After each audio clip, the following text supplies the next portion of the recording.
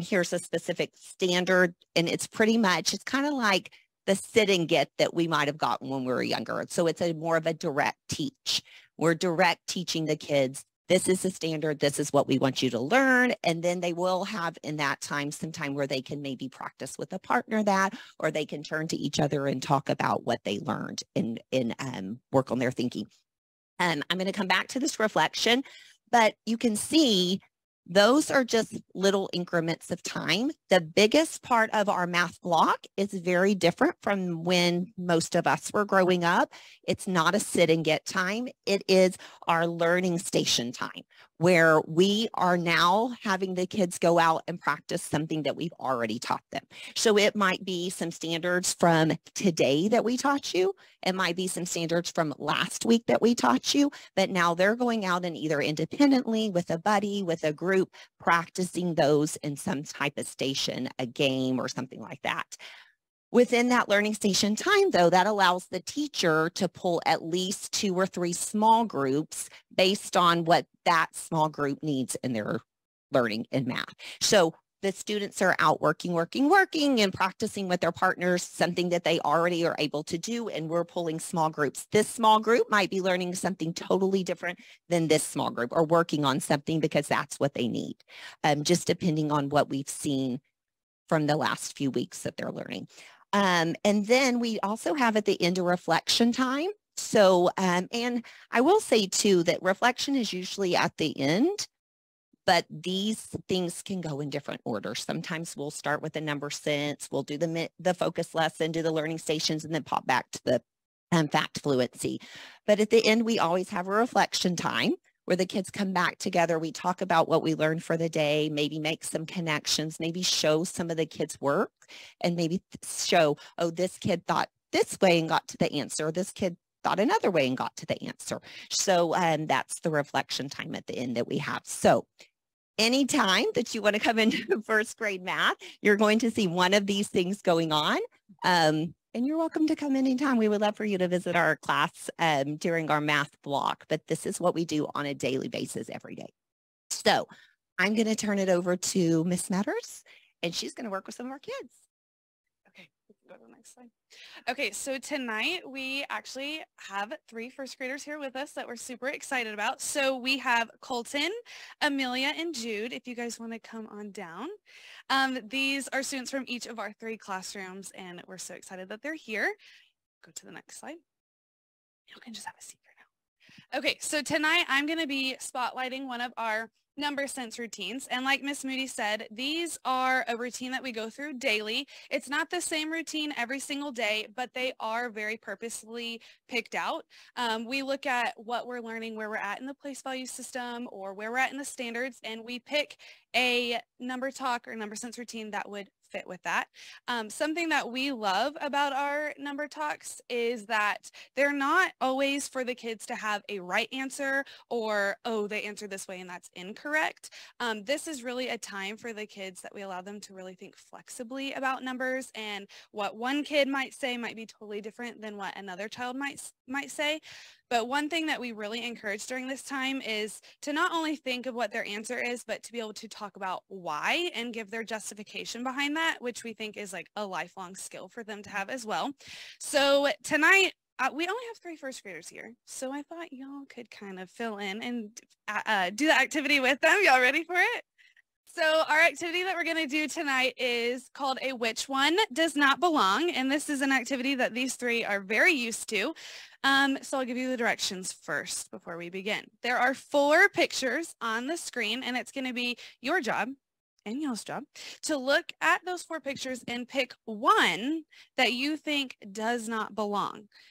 But you don't just get to decide which one you don't think belongs. You also have to be able to tell me why, or tell a group why, in just a minute. So I'm going to give you about 30 seconds if you want to come out so you can see the screen. I'm going to give you about 30, 45 seconds. See if you can decide which one you think does not belong. And to tell me you're ready, you can put your finger on your nose. They're ready. Look at them. But remember, you can't just pick one. You have to be able to tell why. Gotta be able to tell why. I'm looking. Yeah, oh yeah, y'all are in this. Finger on your nose. Okay. All the contestants are ready. Okay, so now instead of, we can take this different routes in our classroom. Sometimes we have kids turn and talk and tell their shoulder partner which one they think doesn't belong and why. But one strategy that we love to do is a 4 corners activity. So there's 4 pictures here. So what I'm going to do in a second is I'm going to divide you guys up by which picture you thought did not belong. And when you get with your group, you're going to talk to each other about what were your reasons why you thought it did not belong. And after a little bit of time talking with your group, we're then going to, each group will share out why they thought it didn't belong in hopes that maybe their justification could convince another member of a different group why maybe their number didn't belong. Y'all ready for that? Okay, so this is something I also tell my class all the time, that just be whatever number you picked, you go with it. Just because your best friend sitting next to you picked a different picture doesn't mean you had to get up and go. You go with what you picked. So if you picked that this first picture, number 45, did not belong, will you stand up? Anybody? All right, your group will come meet right here. Okay, who picked 100? Who picked 100? Oh, okay. All right, y'all will come meet right here.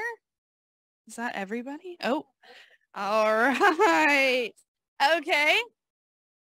All right, let's see if you, Amelia, which one did you think? Did you think 40? 70. All right, you're going to stand up right here. Nobody picked 40.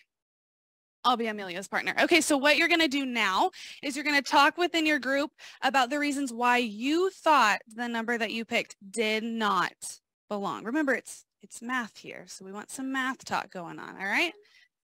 Okay. Okay, perfect. All right. Yeah, well, I agree. That was my vote. Instead of a 10. Yes. That it has to be. We said the same thing. I got a little more specific. Yeah. I said 100 instead of a 10. If that's what you're learning. I was thinking that you were going 100 miles per hour. Yeah, it's the unsafe. It's the illegal square. You have to figure. You didn't say. All right. Okay, y'all hold on to that. Who's going to be your spokesperson here to tell the other group? You want to do it, Colton? Yeah? Okay, so you'll tell the other group why you chose the Valentine Quantum. Okay, I think we're ready. Are we ready? Feeling good about your answer? Are you sure? They're feeling pretty good about theirs too. Are you feeling pretty good? Okay. All right. So now we're going to have each group have one spokesperson tell the other groups why they thought their answer did not belong. Let's see. You want to go first? Yeah, you do? Okay. All right. So you went, which number did you think did not belong? 70, because it was the only one that was in the 70s. Ooh, because it was the only number in the 70s. Okay, good. All right. Who's going to be my spokesperson over here? We picked 45 because I guess it wasn't a multiplier of 10 or it didn't divide evenly when divided by 2. Ooh, okay, 45. You can't get there by skip counting by tens. Good. Okay, I like that. All right, Colton. What did y'all think did not belong? 100. 100? Why? Because it's the only one with the triple digit number. The only one with a 3-digit number, so a number in the hundreds place. It's also an illegal speed. Yes, very unsafe, very unsafe. That's right. Awesome. Okay, well, y'all can go back. Yeah, that's good. Yeah. So really, we just wanted you guys to see that our number sense. Oh, wait, I didn't even finish it. Did anybody get convinced that maybe somebody else's number did not belong? Anybody convinced, or are you still feeling firm? Yeah, good points, right? So in these number sense routines, you guys can see that there's a variety of answers that can happen. And hopefully you also saw that within your group where you were talking, just because you picked the same thing didn't belong, you may have different reasons behind that. And so this is just an opportunity, again, for students to think flexibly about numbers and to use all that they know about math to get there. So y'all can head back to your seats.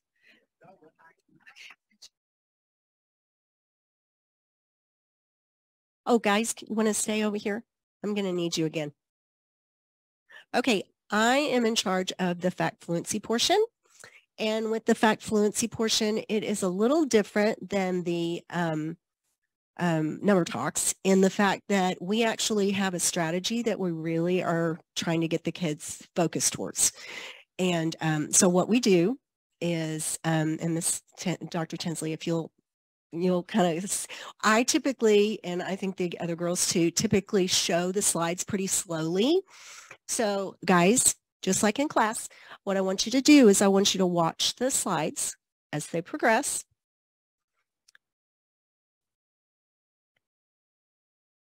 And then I like to slowly go backwards.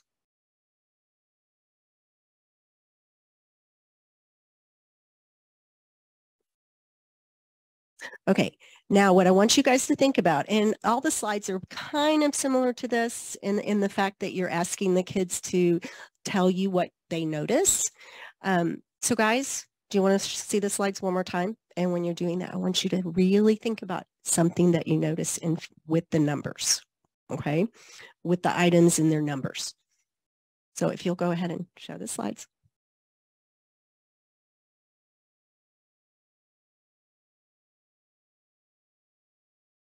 And I will tell you, we haven't done one quite this difficult yet. We have done some of these, but this is a little different concept than what we've taught before. We'll do this after Christmas. So, all right, guys, what are you thinking?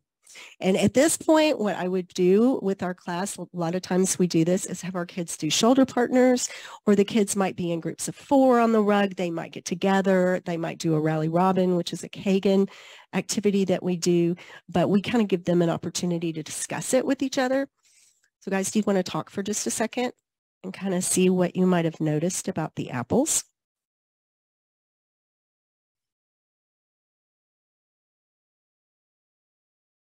Did you count the apples? All right, what do you think? Just show the first one, if you would. All right, let's look at the apples. What do you notice? How many do you see? Okay, you see 5. Do you see something else that might be a pattern within those apples? Jude.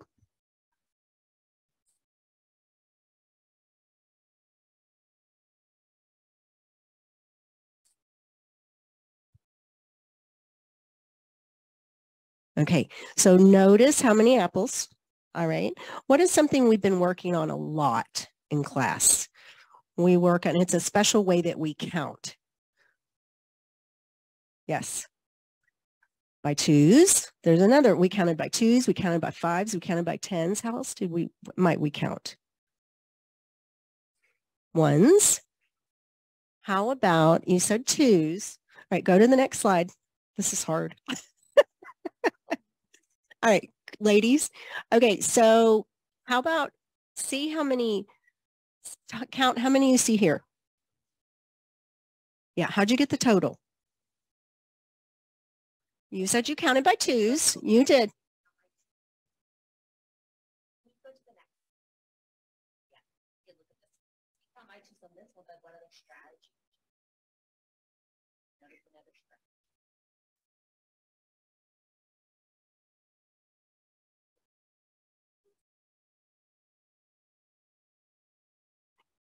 Yeah, what do you see with the colors? Jude? 7 and 6. What do you think, Amelia?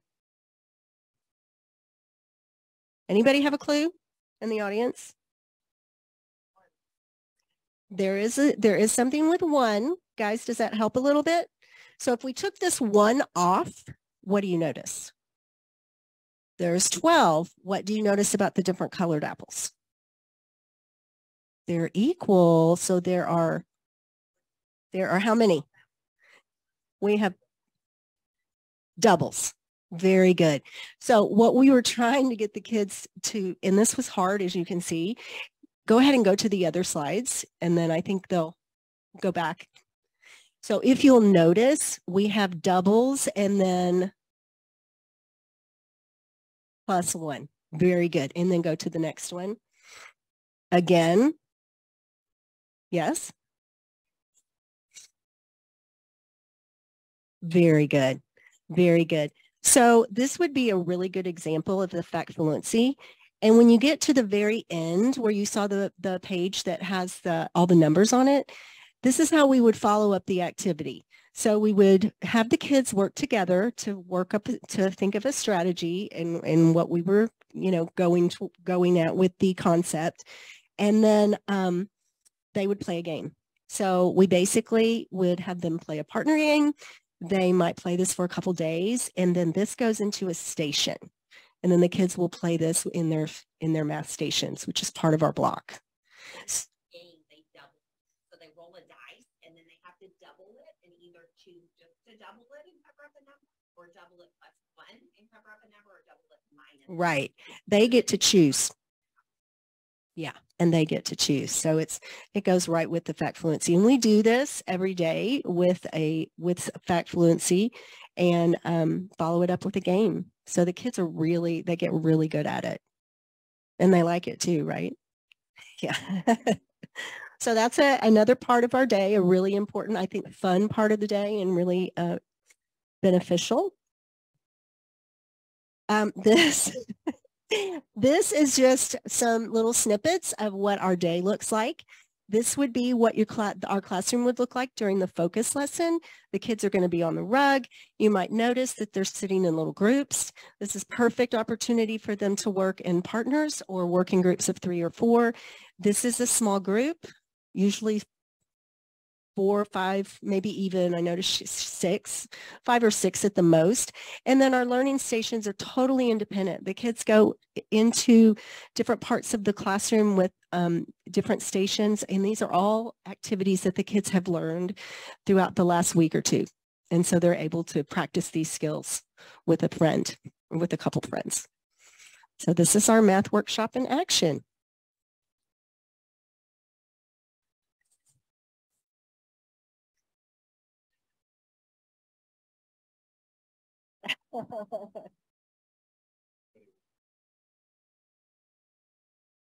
Well, thank you for having us. And thank you, kids, for coming. Moms and dads for bringing them.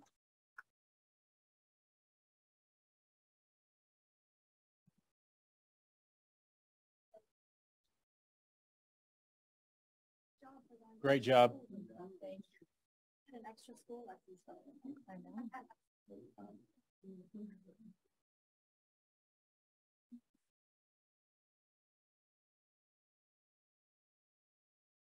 All right.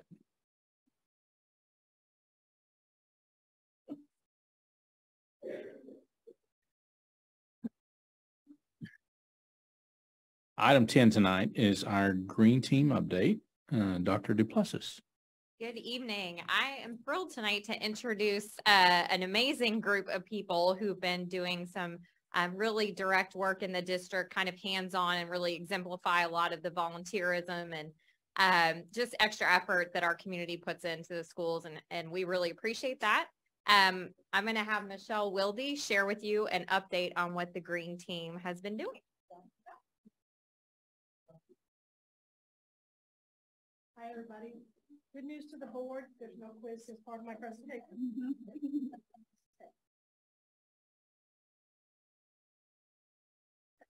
So I want to talk a little bit about the Green Team's mission. We have 3 main goals. We want to help the district to be more environmentally sustainable by reducing waste and increasing reuse and recycling in the district. We want to help save the district money. We're working on that right now, as a matter of fact, helping to find more efficient solutions for the district. And a very important objective is to give students an opportunity to learn and lead, and we've got some of our student leaders right here today. Green Team consists of parents, staff, and student volunteers across the district. We have executive sponsors, Mrs. Cordell, Dr. Duplessis, our executive sponsors, Trina Dunn, who is our council president, PTO council president. We have a planning committee. We have campus implementation teams that consist of staff representatives from every campus and also the environmental chairs who are PTO members. And we have an educational outreach team. So we had over 1.5 million pieces of single-use items that our district put into landfills last year. We definitely want to help improve that. Over 100,000 of them were plastic drink bottles. So that's something we're very, very focused on. So some of the things we've focused on, recycling. We rolled out a cafeteria recycling program at every campus. We have new dumpsters. You can see on the left is what the old dumpsters look like and the new dumpsters. And they have a locking mechanism, and that's very important. We've had an issue with contamination fees. Our district gets charged if we have excessive contamination. So the lock helps with that. We're also using some clear plastic bags so we can easily distinguish between the trash and the recyclables, so the recyclables end up in the right place. And we also have an improved recycling program in all of the classrooms so we can recycle more and again reduce contamination, because if we have contamination, it can actually inhibit the entire load from being recycled. We also want to focus on reducing and reusing. So we've implemented share tables to help reduce food waste. We've added fork and spoon dispensers at the upper campuses to reduce plastic waste, also encouraging students only take it if you need it. We've implemented tray stacking. That helps to reduce the trash volume by up to 2/3. And we're also encouraging to bring reusable drink bottles and food containers to, again, reduce the single-use waste. Okay, educational outreach. Greening with the Leopards. This is a program we did where we had our students go to the elementary schools and do reading time to educate them on things to be kinder to the environment. We've got green tips of the week. You've probably seen them in Mrs. Cordell's newsletter. We have a Green Team website. I encourage everyone to visit it. It's bit.ly LJ Green Team. And we also have a program called You've Been Spotted, Making Lovejoy Cleaner and Greener. And you can see Sydney in the lower right. I was at Sloan Creek one day and I saw her sweeping the floors, and she was spotted, just really helping to make our district cleaner and greener. All right, student leadership, very important part of our program. We've got new green clubs at the high school and at Willow Springs. We're also going to be doing one at Sloan Creek. We've had various campus cleanup projects. We have students at all campuses that are helping to empty the classroom recycling bins to help take a little bit of the load off of the custodians and also to help them to lead on their campus. Student council at the high school and NJHS, NHS have also been involved to help lead projects.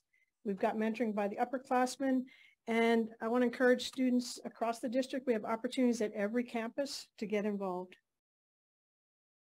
So we had a winter clothing drive a few weeks ago. We collected over 200 warm weather items. We donated those all to community outreach.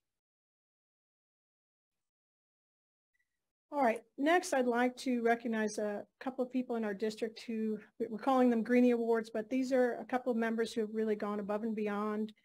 So first, Rigo, please come up here. Rigo Valdivia. Thank you, Rigo. Rigo's our custodial supervisor, and he has just been incredible to partner with to implement our program. So thank you, Rigo, so much. Let me take a picture. Thank you very much. Thank you. And Mrs. Perez, Jennifer Perez, please come up. Jennifer is one of our amazing science teachers at Willow Springs, but really she has just been incredible. Thank you, Jen. And she's been incredible to create the gardens at Willow Springs, to maintain them, and to make it a learning opportunity for students, which has just been really wonderful. She's also volunteered to be the campus rep at Willow Springs, so has really helped to implement our programs there. So thank you so much. And Lisa Wilkins. Thank you, Lisa. Lisa is a parent in our district, and she's got students. She's got students at Puster and 2 at the high school. And Lisa has really been instrumental at Puster, Sloan Creek, Willow Springs to help get the gardens initiated to beautify our district. These 2 ladies working hard on weekends to work very hard on the garden. So thank you all so much. I really appreciate it. We're going to take a picture. Green team, let's take a quick group picture. Come on, green team.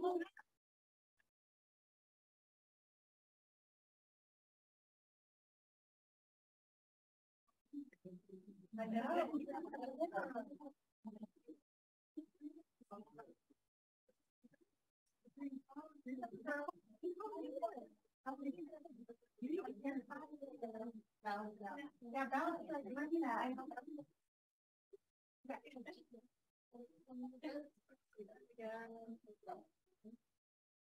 didn't know there was on. Okay. Yes, ready. Okay.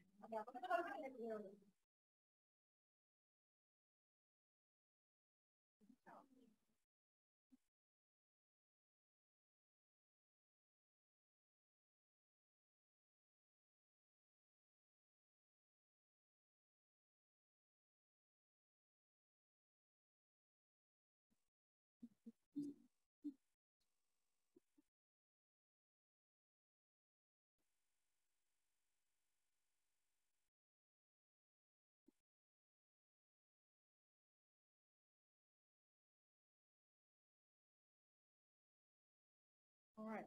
So my last slide, last couple of slides, it does take a community. So I really wanted to recognize all the people, and there are others, but all the people that have been very instrumental. I have to start at the top. Mrs. Cordell has been so supportive. And Dr. Duplessis, I've came to them with lots of crazy ideas and they said yes. So I appreciate it so much. The green team, a lot of the planning committee is here today. So thank you all. Rigo and the custodial team has been absolutely incredible. Our PTO council, amazing. Of course, the board, thank you all for your support. The campus principals, amazing.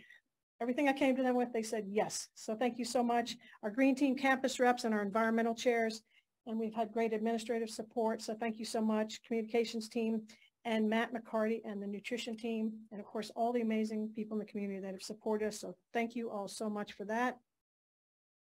Learn more about the green team, help us to do more.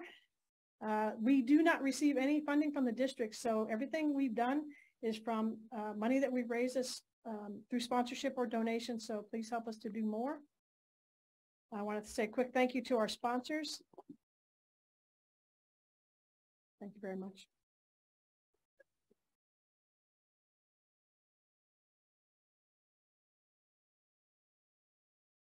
Thank you very much for that. Item 11 tonight is a presentation on the STAR redesign. Dr. Tinsley.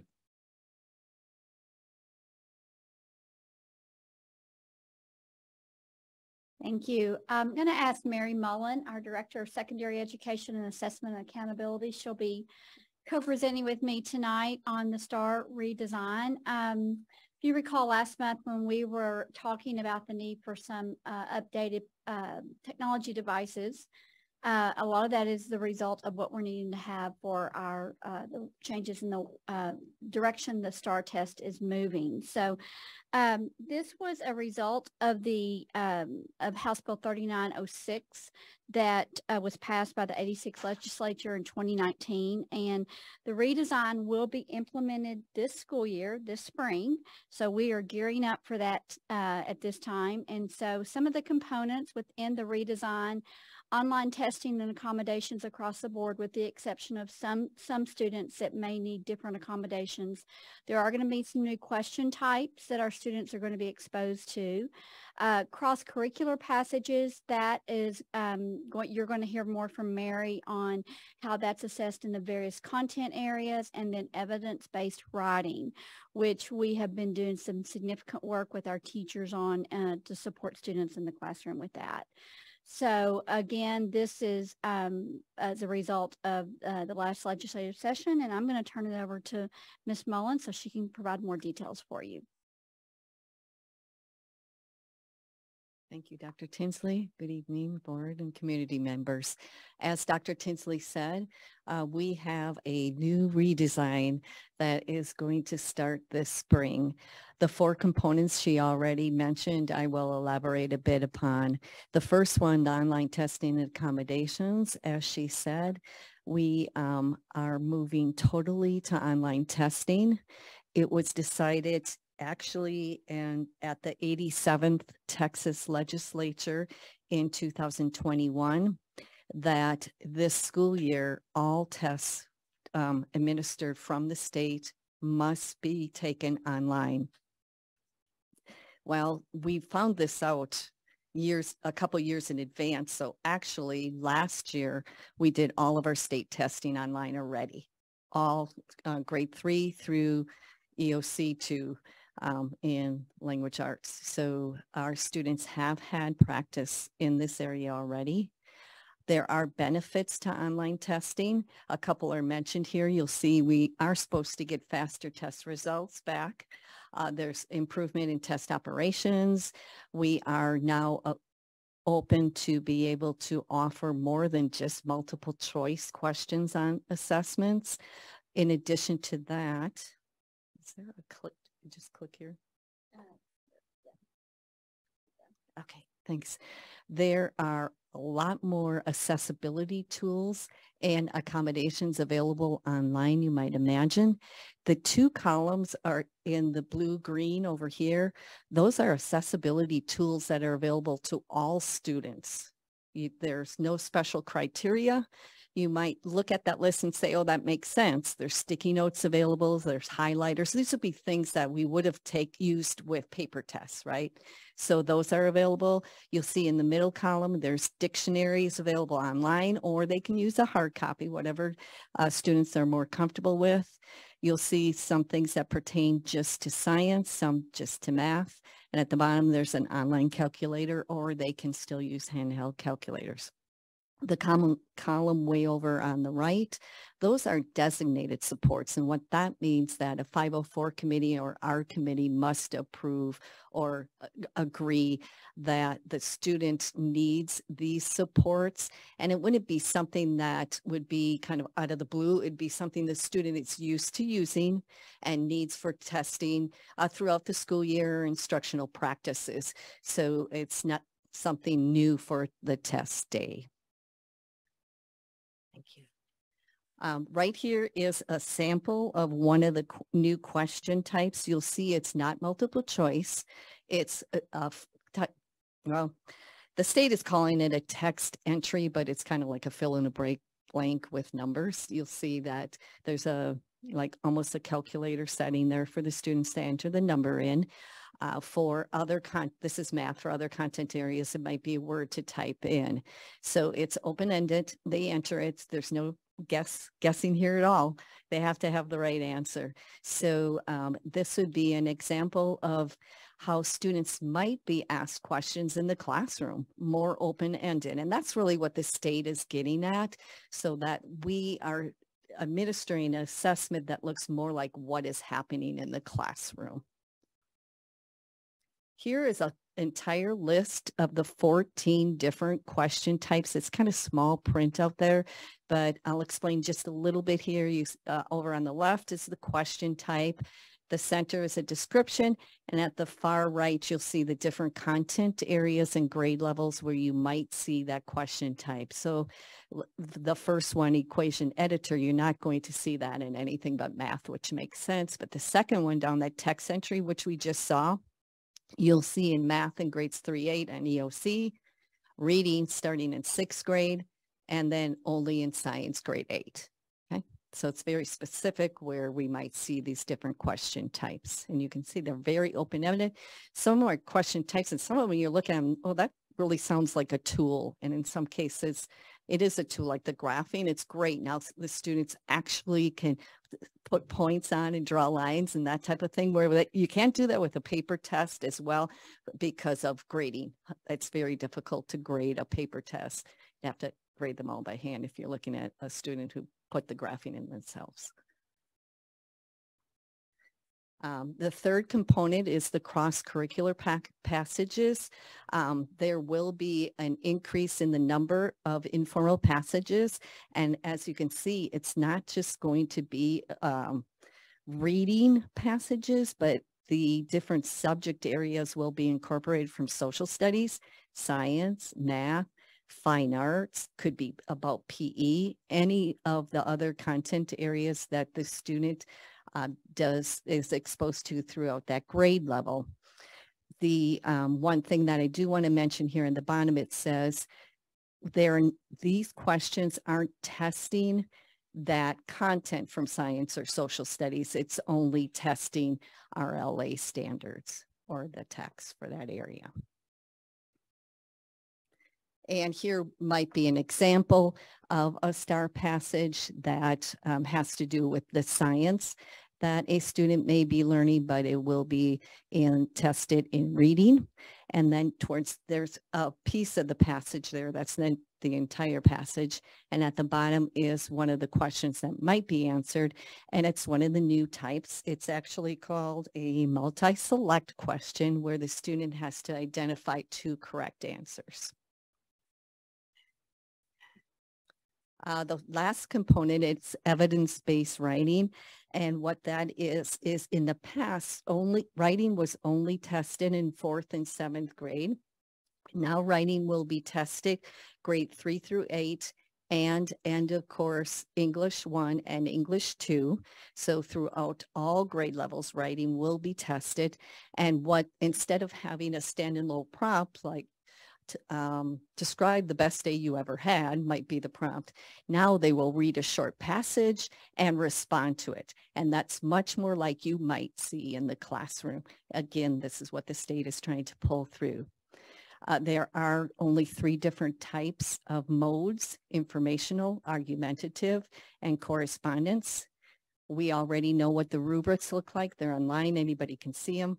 And for that matter, all the sample questions are posted online and we can view them. We know kind of what they look like. And the last thing, the rubrics will have 2 main components. One is about idea development and the other is about language conventions such as grammar, spelling, and that type of thing.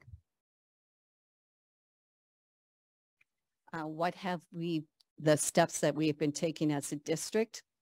As I said, the online testing has been happening in our district for quite a while.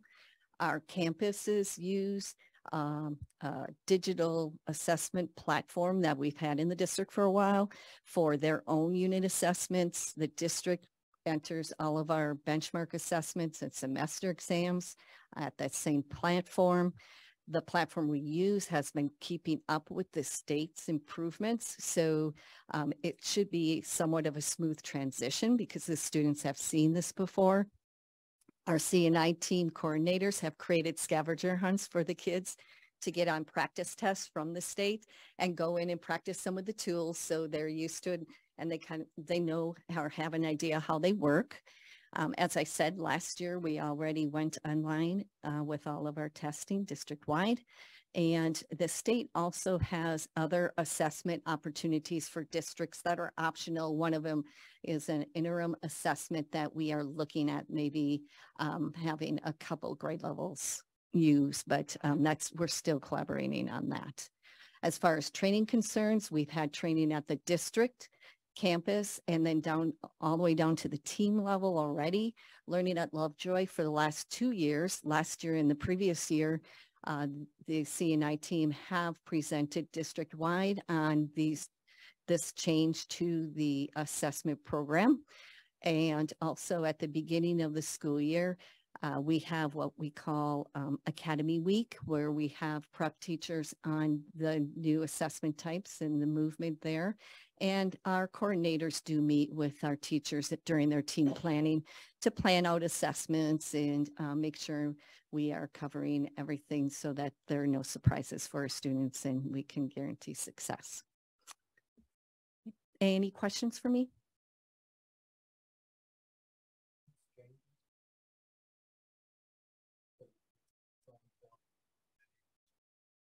Is there any reason to, how do I want to ask, what else do we need to be doing to be ready for this so that kids and parents aren't surprised, or are there other tools you need to help prepare us for this transition? Most of it, I think, is practice. It's exposure, practice for the teacher, so they know what it looks like. And so if a student doesn't know how to use a tool, they're able to help them. And it's just students' exposure. They're not afraid to push buttons and do things and move things around like we are, or I'm going to speak for myself like I am. So they're pretty comfortable with it. Yeah, you'd be kind of surprised even. Surprises through the kind of preliminary practice we've been doing already, or things that? Well, one thing is the students have opportunities to get 1 or 2 points in some questions. So a little bit of a surprise on how they're scoring, but we do have all that information now and we're aware of that. And the teachers are aware of the scoring, and the state has been producing webinars and having meetings and that type of thing to keep us up to date. Elaborate. So scoring is not as good as what we had been to prior expectations, or what do you mean by surprises on the score? The scoring as in what it takes to earn 2 points on a correct question. For instance, something that was somewhat new was that when we have a passage that has a 2-part question, they can get, if they must get question A correct in order to get B correct, because what it is A asks a question about the content and B says, explain why you picked that or find it in the passage. So if A is incorrect, B is automatic. You can see how that's automatic correct. That was a little bit of a surprise, but we know that now. And getting used to how things are yeah, asked and it's the, just and the a little- logistics of the testing. Yeah. Yeah. So we've addressed the technology needs. Everything else we're on track for? Yes, and the state is offering some interim assessments. When we have looked at what they're offering, we feel like what we have developed here is comparable to that. So, and there's some positive challenges, but some stipulations you have to fall under if you do sign up for those interim assessments. So, and again, we want to really honor to make sure we're not taking instructional time away when we're spending days testing. So it really, we're monitoring our student progress, and if our student data shows us that our students are doing okay, then we feel like the one that we are kind of really looking as a possibility might be social studies, just because of that's an area that we knew was an area we wanted to grow with. Our online testing platform that we have had in the district for quite a while is really has done a great job keeping up, and we can easily create I shouldn't say easily, but we can create assessments that align pretty well to what the state will be using for tools. Is the state going to offer any kind of grace in their grading this year to allow people to ramp up to the state? That's a great question. We were LEAs were supposed to be advised of what the new targets and cutoff points were going to be in November, and they've pushed it back now to January. So those have not been released yet. We have been told that the difficulty level won't change at all. So what was expected for approaches will be the same level of expectation this year for approaches and so on. For students who receive special education services, have we noticed any difference between their progress in terms of typing a paper test versus an online test, or have we had to implement any new processes to prepare them? If you want to talk about what we're doing for our campuses, for preparing our staff when they're making those decisions about support for students. Absolutely. To answer your first question, really, we've not, although there's some new sample question types that will be new information for us to gather. There will be opportunities for them to practice using the online practice piece. One of the things that we're continuing to refine with the campuses is looking at the data where a student's performing and narrowing that down and being very laser-like with the accommodations that we're putting in place. And really the data that's happening, Mary talked about the accommodation wouldn't be something you would just use on STAR. It would be something that would be routinely and effectively used. So that data is ongoing on how a student's responding.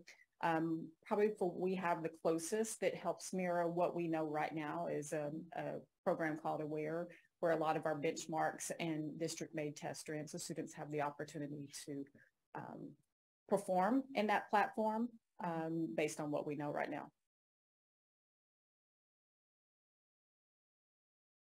Other questions? Thank you for the information. Sure. Thank you. All right, item 12 is a presentation on our attendance task force. Mr. Parker. Good evening. I wanted to give you an update. If you'll remember at the beginning of the school year, we discussed, as always, we discussed attendance, but we wanted to find out how we're going to address some of the obstacles and hurdles that we have as far as getting students in our classrooms, making sure they come to school, to address maybe even some of the learning loss coming out of COVID, because we know that attendance, having kids in our seats, that is the #1 factor in making sure that students learn. And also too, it's how we're funded, right? And so we wanted to make sure that we put some heads in the room from different aspects. So this committee or task force is consisted of students, high school students. It consists of parents from all different levels. It consists of teachers from all different levels and also administrators from all different levels as well. And I just wanted to, again, give you a recap of the first two. We're going to have two more in the fall. We're having a meeting each quarter. The first one took place on October 3rd. And the agenda was really, what are the ways that we take attendance? Why do we take attendance? What are the requirements? And we reviewed those because it's confusing. People think we always hear, have your kids at school at 10 o'clock in the morning. And that's the way we take attendance. And it is, it's one, but that's only one of the three ways that we take attendance.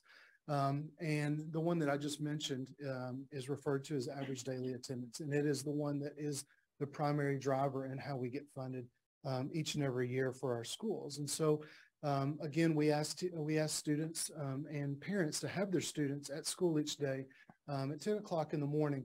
And this gives us the average daily attendance. In this case, there are no excused or unexcused absences. You're either absent or you're not. However, if you can recall in some of my prior presentations, you can get credit for a student being absent at 10 o'clock on those days if you have a doctor's note and they were there at some portion of the day.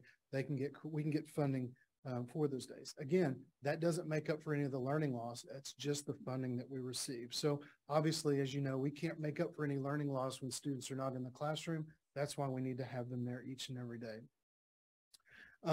The second way that one of the other two ways that we take attendance is compulsory attendance.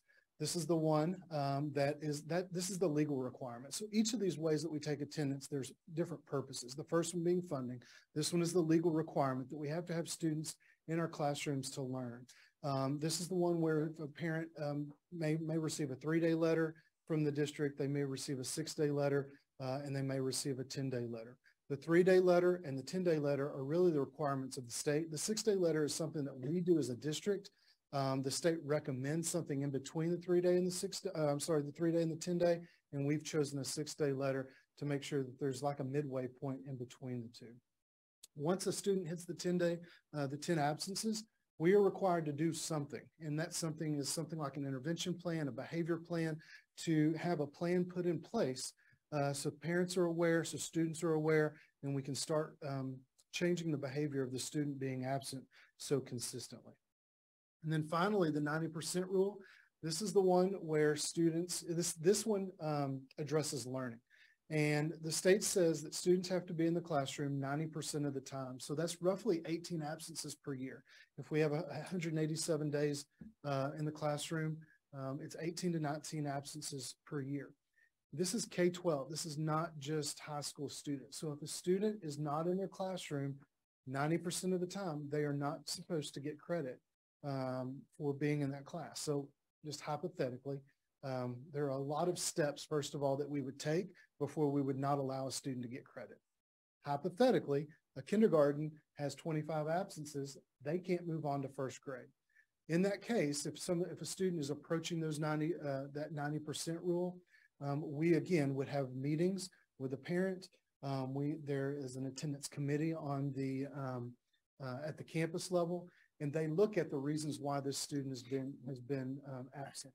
Has this student been hospitalized for a sickness? If that's the case, we're obviously not going to hold that against the student, but we also are going to look at opportunities that we can make up learning that student has missed because of all the absences that they've accrued.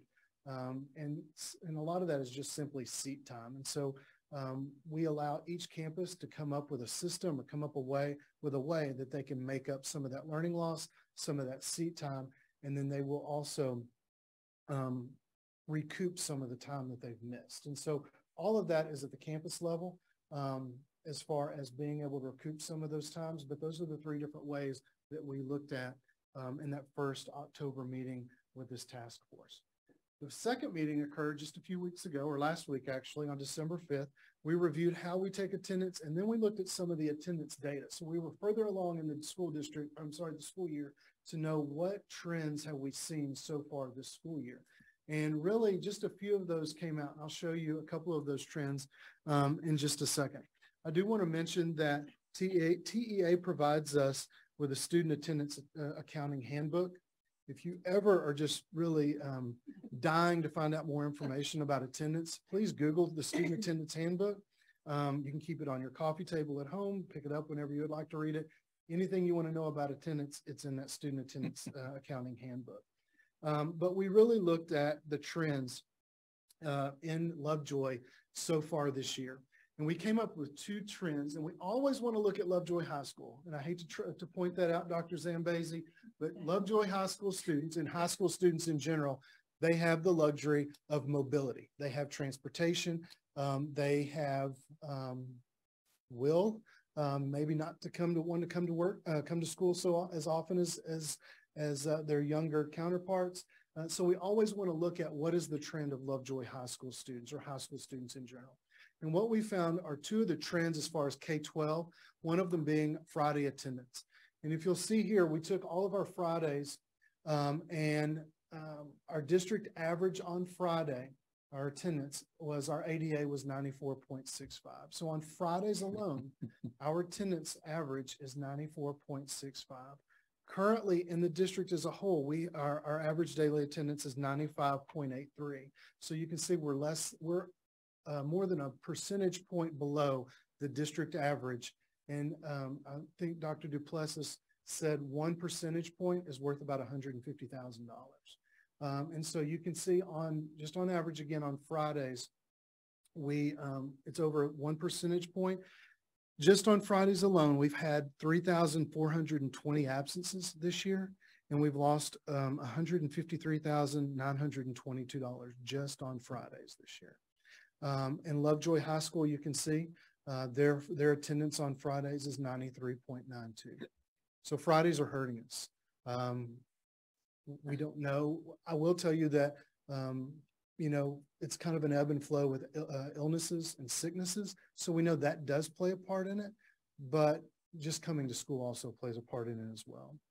The second trend is the day before holidays. We've only had so far we're about to have another one, but so far this semester we've had 4 holidays to where we have had, we took the average daily attendance, and you can see our district average on the day before we have an extended holiday was 92.32, and that's not good. That's a pretty low number. You can see our Lovejoy High School average is 91.63.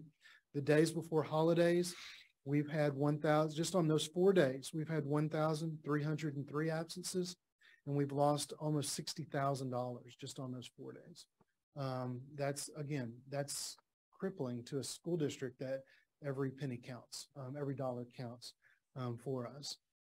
And you can see just some more numbers here. This was as of last week on the 6th of December. Our current enrollment, if you'll remember, we were budgeted this year off of 4,210 students. So as far as enrollment, we're looking pretty good. We have almost 15 students more than what we budgeted for. We're at 4,224. Actually, that was on the 6th. As of today, we've gained another student, so we're at 4,225. Our year-to-date ADA for the district is 95.84. You can see the numbers there. We've lost over $560,000 of funding just for absences for our ADA, and that's broken down by 6 weeks. You can see, obviously, we start strong. Everybody's excited about getting to school first 6 weeks, and then we start dwindling as far as our ADA. For whatever reason, our second 6 weeks was even a little bit lower than our third 6 weeks. We were down to 95.1. We're back up to 96. So that is encouraging that we're coming back up in the third 6 weeks. But we lost that second 6 weeks. We really took a hit, lost over $260,000 just for our second 6 weeks. So then we find out, what do we do about it, right? And those are the conversations in the task force that we're going to continue to have. It's conversations and ideas and thinking that we're going to really focus our attention on in the upcoming meetings. But some of the suggestions that they've had so far are really 3 main ones that came out. They had a lot of great ideas, but really it came down to these 3. The first one is the numbers that you just saw. Numbers mean a lot more than we really need you to get your child to school on Fridays or just on a daily basis. So what we will start doing is providing a template to the principals, putting a template in Ms. Cordell's weekly emails, letting parents know how much money are we losing, how many absences we have on a daily basis. We also are going to have, and principals have already been doing this. We have to make sure that we're holding students and parents accountable to the truancy meetings. If a student reaches 10 absences, we need to have that truancy meeting. We have to have a behavior plan in place. But the one that really gets people's attention, because if I have a junior who needs, I don't know, a geometry credit or a pre-cal credit, and they're not at school 90% of the time, and you tell them, we have to increase your attendance rate. Otherwise, you have to retake this course. It doesn't matter if you make an A in the course. If you're not there a certain percentage of the time, you have to retake this course. You don't get credit for it. That tends to get the kids' attention. That gets the parents' attention as well, because it's going to impact their graduation. It's going to impact them going to college. So we never want to do that, but we also want to let them know what the ramifications are if their kids aren't coming to school. Any questions on that?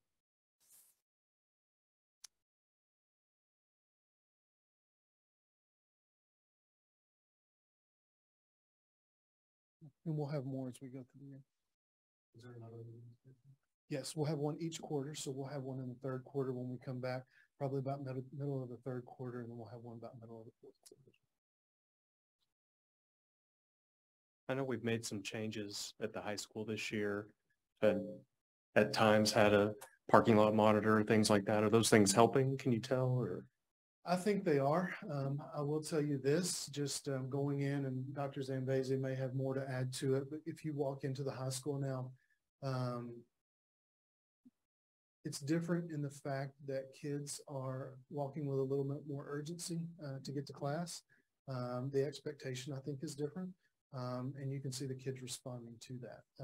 There's not as much, there's just more urgency to get to class. I think that's the best way to say it. Has there been a thought to do something, this is the flip of the other stages that you mentioned, to reward a high school student for being there on a Friday, the day before Thanksgiving or the day before the long break? Those 2 days were the huge hits, right? I know we don't give extra credit. I know we've changed some of the retests. Maybe you throw out a wild card and, hey, you were here, so guess what you get to have? And that word gets out that, I don't know, I'm just thinking if there's some reason to incentivize them to come. Yes. Aside from just the docking, I don't know. You probably thought of it. There's a little bit of a gray area as far as what you incentivize them with. One of the suggestions was to ensure that teachers are doing worthwhile and quality instruction on the day before. Sometimes when you know that students are not going to be there, you may not do something that is so focused on learning because you don't want kids to get behind. You don't have to make up half the class, right? However, if you put lessons in the lesson plan the day before a holiday or even on Fridays, just to make sure that the learning is not slowing down, just because you anticipate kids being gone, that might start moving the needle in a different direction. Yeah. Cool. There were some pretty outlandish ideas. We got the whole spectrum of ideas. Some of them pretty aggressive. Well, I remember at Lovejoy Elementary when I was the PTA president, we would have I think we called it Leopard Live. Patty Jackson had the big celebration. Yeah. You remember this, Jason? The Friday before a break. Nobody wanted to miss that. Their kid was getting an award, so they were at school. Yeah. Again, I don't know how it's trickier with the high school. And I would say that there's some pretty strategic things that are put, especially at the elementary K-8. K-8, you could even, competition is still pretty healthy. They still care about some competition. Again, the high school is just a different business. I know, for sure. Well, thank y'all for everything you're doing. Thank you. Item 13 will be our budget workshop. This is our second, right? Dr. DePlessis, budget workshop. All right. Good evening. As Mr. Owens mentioned, this is our second budget workshop. We're holding these at every regular board meeting in preparation for the 23-24 budget as we did last year. And so I'll be sharing some brief information on the budget as a whole, and then Dr. Tinsley is going to share some additional information on items that we are reviewing and analyzing. So today's goal is, again, to continue the development process around this, looking at projections and updates and answer any questions. We are continuing our build out of our Little Red Schoolhouse under the pillars of legacy of excellence, future ready students, and financial sustainability. So we're kind of roughing in some of the internal portions of what we started in reframing our story last year. Everything we do is going to be developed around retaining the budget priorities that have been set by the board last year. Focusing on fund balance and a 3 to 5 year plan to achieve 90 days of fund balance in order to provide financial sustainability to the district and to support number 2, which is compensation. And we also focus on attendance, as you just heard from Mr. Parker, as we look at ways to not only enhance learning, but the funding mechanism, and lastly, enrollment, of course. So these priorities will be achieved through zero-based budgeting, looking at staffing guidelines. As you heard last month, we'll also be looking at a capital planning committee so that we're also looking at our long-term objectives as well as our annual general fund budget. And we'll also be doing program reviews, continuing to look at all of the programs that we provide in the district and how we can make them most effective and efficient. So the projection that you have before you this evening is essentially the same as last month. So if it looked the same, it's not a trick. We had our last board meeting about 2 weeks ago. So there haven't been substantial enough changes, but just to revisit where we were, we have had a increase in Lovejoy Scholar enrollment this year that has benefited us. And of course, it's a good thing. We did change the budget and remove the VA TRE revenue potential there. We did talk about the grant recognition for the Lovejoy Child Development Center and recognizing that in current year. And so some other things that have changed is a slight increase in recapture due to ASF funding projected by the state and a slight increase in interest income as a result of the current interest rate market. Available school fund. It's the kind of sister to the permanent school fund, the smaller sister. So the projection assumptions that we've continued to just kind of want to reiterate that are baked into this projection are kind of those placeholders that we have here. Again, this is holding that 42 or the 4210 projected enrollment. As Mr. Parker mentioned, it's fluctuating slightly to about, 8 to 10 students based on that, but we are so very close. We are also closely watching our attendance rate. We base the current year budget on 95.5%. So some of the information Mr. Parker shared on, funding availability that we lost this year based on days not in attendance, were really compared to 100%, the total potential of what we could have, not necessarily the budget, just for clarification purposes on that item. So for the first 6 weeks, we did have an actual attendance rate of 97.1%, but we do have a comparison here shortly to share with you on prior years compared to this year. And this projection continues to assume an 8% property value growth, which has been kind of a traditional norm in this district. And it just has that placeholder, remember, of a 2% payroll increase in the next couple of years in this forecast. So this is where we are, and we shared this last month as well, but looking at ending our current year to the positive of a little over $1.8 million and 112 days of fund balance, which is a great position to be in and compared to where we were this time last year. However, because that ADA, as was pointed out earlier, is such a driver to our financial formula, because of the projections on our ADA, which is driven by our enrollment, we still see that significant difference in our fund balance in three years, ending at a $1.9 million deficit and 76 days of operating expense and fund balance. So these are the attendance trends I was speaking of. So if you'll look at where we were for the first 6 weeks, some of us who had this hazy memory of what the last 6 weeks were of last school year, 97.1 sounded good. But as you can see from the prior years that are indicated here, it's a little bit lower than what we have achieved in some of the prior years. The second 6 weeks being at 95.1%. And again, that's a bit lower than the prior years. Obviously, I think the second 6 weeks, from what I understand, there was a fair amount of illness in the district, things like that have occurred. So that might be some of that. And you'll also see that some of those years were excluded from attendance calculations. At the third 6 weeks, we are at 96.0%. So we're kind of getting closer to where we have been in prior years in this third 6 weeks. So we're hopeful that with some of the work of the task force that we're able to get some additional attention around the attendance trends for this year. So as we begin the work around looking at our budget for next year, there are a number of things that we evaluate. So other financial initiatives that we're looking at and investigating, I've just kind of listed here as items that we are evaluating. One of those is, of course, attendance. And we kind of shared with you some information this evening on where we are, some efforts that are being made to improve that. Also looking at scheduling. We know that scheduling is so important simply because it drives the staffing formulas that we use, which is the next item you'll see there. And staffing being the large lion's share portion of our budget has a significant impact. We also look at compensation.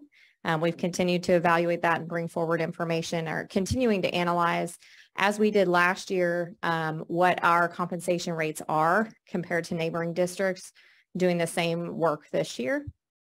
Also evaluating our benefits programs, particularly the amount of district share that's paid towards employee health care. We were very fortunate last year in that the state held steady on those insurance rates, which I think is the first time I can ever recall that happening. So we're kind of keeping an eye on what some of the other districts have been doing in that area. We also want to look at the various programs, as I mentioned earlier, potential fee structures that could bring in more revenue to the district. And lastly, we did kick off our zero-based budget process again a couple of weeks ago. And so we'll start that work really in earnest when we return from the Christmas break. Since we've already gone through that one time before now, is that process just doing the same thing all over again, or is there something you can refine from that? So we hope to constantly refine what we're doing, because the zero-based budget is essentially designed to kind of wipe the slate clean and start over. And some of our administrators are new in their positions. So a couple of things. Some of them have additional knowledge and experience, you know, in their areas that they didn't have to draw from last year, or additional information or additional initiatives they want to lead for. So we kind of, that's one area that can be modified. Those that kind of knew there, we had a couple of really, you know, rock star people come in, they knew their budget inside and out, they knew exactly where they wanted to change things and make efficiencies. So for those folks, it'll probably be a lot quicker, but the idea is that we're evaluating all of those areas the same way. I guess part of my question stems from my understanding of the zero-based budgeting process is it's not typically something that's done every single year, because it's somewhat of an intensive labor process and putting a lot of work on people. And then you also, at some point, we're in a situation where we have to not just wipe the slate clean and say, this is what I need, this is what I need. We have to sometimes pull back from where we are, right? And so I'm curious and would like to hear in future budgeting meetings, not just zero-based budgeting, but if we have this as a starting point of where we are, how are we going to reduce from there, not just building back to the same place again. I don't want to put people through paces of doing the same thing over again and just end up at the same place, and you're just going through cycles. So that's the beauty of zero-based budgeting, though, right? Is you have to re-justify. You have to just, it is a lot of work, and I don't know, just I'm thinking out loud about the process and wanting to make sure that we're not just using a buzzword of zero-based budgeting to go through a process and ending right back up where we were before, and thinking outside the box as it goes to that part of it. I think I heard you say before that the savings that we achieved last year, we have baked into this budget. So we're making sure that we don't continue to grow. And then would you assume that going back through that budgeting process, you might identify some additional places that you would be able to cut? If it makes sense? We do think there will be some additional items identified that just were not known or were not discovered in the prior year. We also do know that there are some areas where things might have been missed, or somebody was new and didn't realize, oh, this expenditure used to come out of my budget and I didn't know. So just kind of making some of those adjustments. Our hope is nobody comes in with a request of, 2 to 4 times what they had last year. But essentially, I will also say that we provide a lot of information, we being Thomas back there, provides a template. So we actually provide a lot of historical data and budget to actual for the current year that we hope, the reason we do that is that it expedites the process, because we do know that our administrators and our principals are very busy, and our hope is that that isn't like a, it's not something they can just copy and paste and move forward, but it is something that's a quick, good gut check. Like, did I catch this? Is there something that we did out of this code last year that I haven't thought about? So we do try to provide some information that makes it easier. It also provides an opportunity for some really critical conversations with supervisors and leaders about what our priorities are and how we align our resources with our priorities. And that's an important part of that planning and collaboration process as we vision towards 23-24. We also could identify areas that if we didn't have a process in place like this, that there may be areas where there's a higher cost due to inflation, or for whatever other reason. Maybe there's more kids involved in that area, and it allows space and time for those thoughtful conversations so those things hopefully don't get missed. And so we're very much quickly trying to get all the information out and all the tools available to our staff that are budget leaders to complete that work. But we'll probably know more the latter part of January as far as how we're looking, and may be able to provide an update. But at this point, and looking at evaluating all those areas, obviously, as I mentioned, master scheduling is a huge portion of the budget, probably one of the biggest drivers. And so Dr. Tinsley is going to share some information on items being evaluated in that area. Thank you. The goal of a master schedule is to ensure we're meeting our kids' needs, but also with that, we want to ensure that within the schedule, the master schedule, we are ensuring teachers have time to plan and build quality lessons and prepare instruction at a high level. So when we always want to talk about our why. So when we look at master scheduling and we look at where we're looking at from a budget standpoint, number one, we're wanting to retain that legacy of excellence for all of our students here in Lovejoy ISD. You've heard us talk about this quite a bit as well. Staff and teacher retention and recruitment is just critical. The cost of when we bring new staff into the district, that is added cost because we're training, we're onboarding. But if we can retain high quality staff through our master scheduling plan, then we're winning both ways. Our kids are winning, plus financially it's rewarding for our district too. And then of course, we always have to look at responding to our revenue challenges. So when we look at master scheduling, these are kind of the three big rocks that I would say we bring forward. So just some preliminary information gathering that we've done, and I say that just conversations with principals, conversations with cabinet, hearing a little bit sometimes from our superintendent, teacher council, staff members. These are some things that we are wanting to bring forward for further study.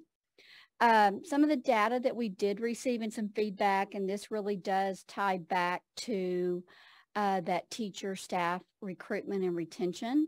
And you've heard us say our greatest investment is in our teachers because they have the greatest impact on our students.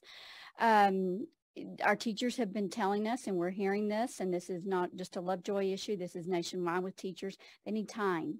They need more time for preparation. What we're asking teachers to do to differentiate at the level and for our students, time is not, it's not a good balance. When we look at the number of hours our teachers are working outside of the school day, it's significant. And so in turn, that affects work-life balance for our staff. As Anna has shared, and you've heard, nationally too, a significant number of teachers are leaving the field. And so talking with our campus principals, they truly believe that if we can get creative in our scheduling, that could positively impact maintaining quality teachers here in Lovejoy. So again, this is just very preliminary. So some considerations that we are wanting to do further review on. Of course, we would just look at our status quo. Right now, when I look, we're talking an 8-period day right now for Willow and for the high school. The teachers at those campuses have 2 planning periods. However, at our 2 elementary schools, they don't, so, but that 8 period does really not impact the elementary or Sloan Creek.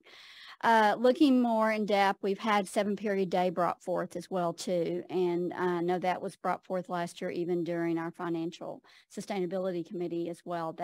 Those were some questions that were asked, and that would really apply directly to Willow and to high school. Also, the 4-day student school week, and what that indicates is that it's students going to school 4 days a week. It's not necessarily a teacher school week, but it might free up some time for our teachers to do some more planning and have more time in preparation for classes. Block scheduling, and then include extended planning days within the calendar. So what we're talking about with that is that would, so looking at our calendar, students might have some holidays or days off. We would create those as teacher work days to where they would have time for planning and work in their classrooms. So just some pros and cons that just through some discussions we've had. When you look at our current scheduling model, pros is that it does, and this is what we hear a lot of feedback on, is that with the 8-period day, it does allow opportunities for students to explore pathways, more elective choices for our students. It's familiar. It would not require adjustments really at all. And is it possible, is it an enrollment incentive for students coming in from outside of the district with those additional elective choices? Some of the cons is that we would probably see no revenue changes. Is it going to have a negative impact on retaining quality teachers and recruiting teachers? And then we're still going to have challenges with protected planning time for our teachers with our current model. 7-period day, the class periods would be extended, so you would have a longer period of time with the teacher in those periods. It could possibly be some revenue savings. The cons would be it would decrease choice. Our students would not have as many elective choices. It could compromise high school credits. I don't have details on that, but that's been some speculation too, is it could impact the number of credits that we require here in Lovejoy. It possibly could reduce the amount of planning periods for our teachers. So going from 2 planning periods to 1 planning period. And then again, a negative impact on teacher staff recruitment and retention. You're gonna find multiple reasons, the same reasons throughout several of these. Yes, and I think this is not we're gonna find there'll be a lot more than just this. These were just some things that we've kind of thrown out there in conversation with our principals. Can I ask a quick question? Yes. So the first model that we are currently using, one of the cons was challenge to protected planning time. Is that for the elementary, not the high school? It would be, yeah, well, it still is. I mean, we're even hearing from our high school teachers, they don't have enough planning with time 2 too. periods? Okay. There's still challenges with that. Okay. I would think with most of these models, planning is still going to be an issue. I'm just making sure I understood that right. I got that at the 7 period, but it would be more still significant at the 7-period day. Okay. Yes. So 4-day student school week. Some possible pros is that it would extend the school day if you went from a 5-day student school week to a 4-day. So the school day would be longer. So you would have more time for targeted instruction. There's a possibility it could improve teacher staff recruitment and retention. So if you've been reading in the news, there's some districts in Texas that are moving toward that. And this is a lot of if you read what's on their websites, this is what they're promoting. Those districts are, it's a recruitment tool for staff. Possible financial benefit, we don't really know, but it could be. It would increase teacher planning time. Could it improve attendance for our students and staff? So if they know they're going to have some days off during the month, could they schedule doctor's appointments or other appointments on those days rather than having to take a day off from work or kids missing school? So again, this is kind of some speculation and some preliminary thoughts. Extended school day might be an adjustment for students and staff. Childcare could be a challenge for some of our families if we don't go to school 5 days a week. And it would more than likely require changes in our transportation schedules, our busing transportation schedules. So with some schools implementing this 4-day schedule now, are there some reasonably reliable data sets that we can compare attendance numbers to that have a similar makeup to us so we could evaluate that further? I would think the attendance piece could be positively affected. It could. Some of the neighboring districts, this has been their first year. Right. So we don't have data, from prior years, but those are the same questions that we're asking as well. When we do a study of this, those will we will be reaching out to districts that have implemented this model for more information. Is there attendance data? Like we have our attendance data year to year and we see what things impact us. Is that information public on other schools, or would they have to give that to us out of gratis? It high level. It would be a high level. Mm-hmm. Enough to make a reasonably yearly average. I don't know that they would have data publicly that reflects like Fridays and after a break. That's not as easily But I mean, available. would it be enough to be able to see if it would, establish a trend and or an impact? Do you think? I mean, it just depends. If we don't have any longitudinal data, that's the challenge. If some of the research or articles that I personally read, it just varies. It really varies upon the district. And a lot of those are not Texas districts, they're districts in other states. Attendance, I just don't know if there's really hard data on that yet. Okay.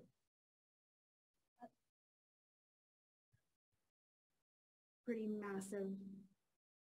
massive surgery, massive amount of change that we would need to really understand the logistics around. I would also personally have a question about the impacts of special education students that thrive on routine and a certain amount of consistency to the amount of instruction that they're getting over a period of time. I was curious, in the ones that are doing it, how long does that day last? Do you happen to know?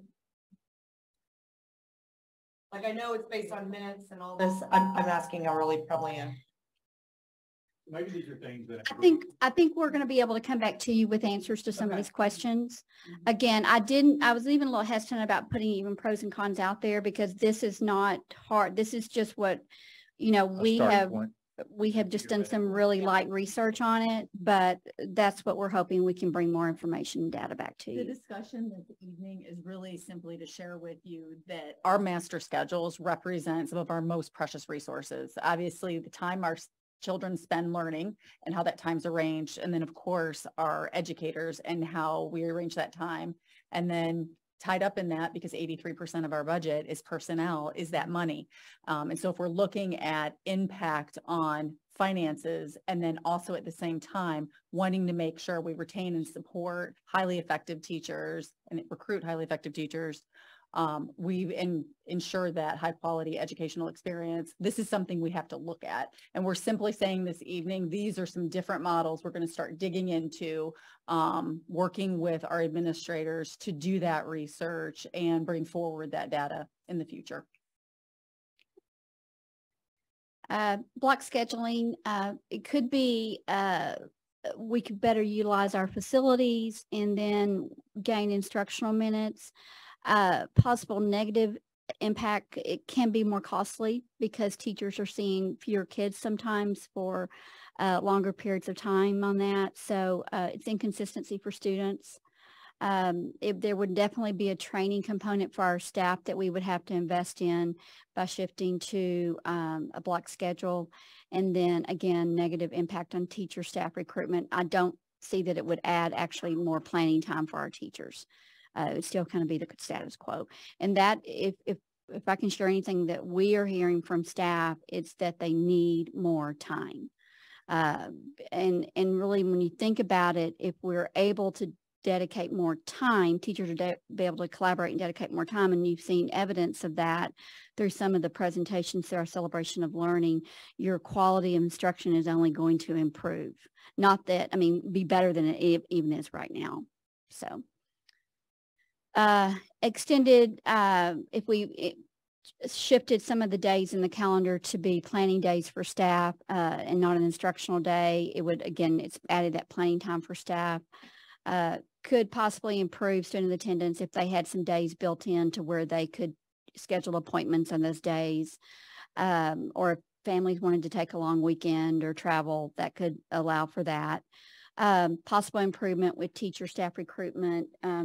Pretty much it's more of a status quo with revenue. Wouldn't really change our revenue, but it could be possibly a child care issue if you added. So an example might be you might add an additional planning day every 9-week period or every 6-week period.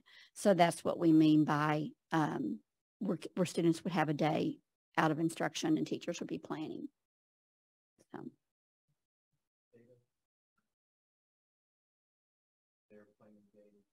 Compared to ours, do we know that information? Is that something we can look at as well? Because Absolutely.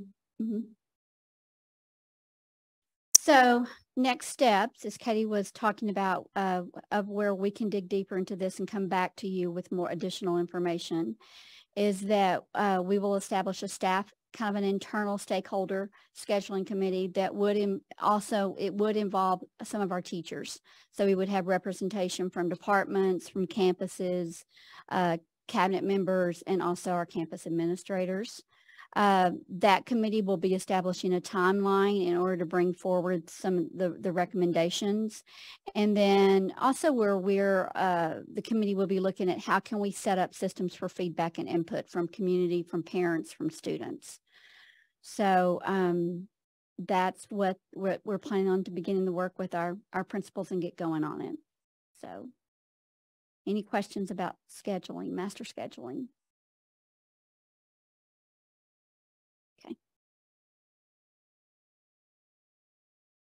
Thank you, Dr. Tinsley. So just to revisit how this folds into the entire budget development process for 23-24, we'll continue analyzing these areas, and in January, we'll be working on the zero-based budget process internally, while we're also beginning to plan for capital planning and then bringing forward additional items in the budget workshops that we have at every regular board meeting throughout the remainder of the development process. So at this point, we have no further information to share unless you have any questions.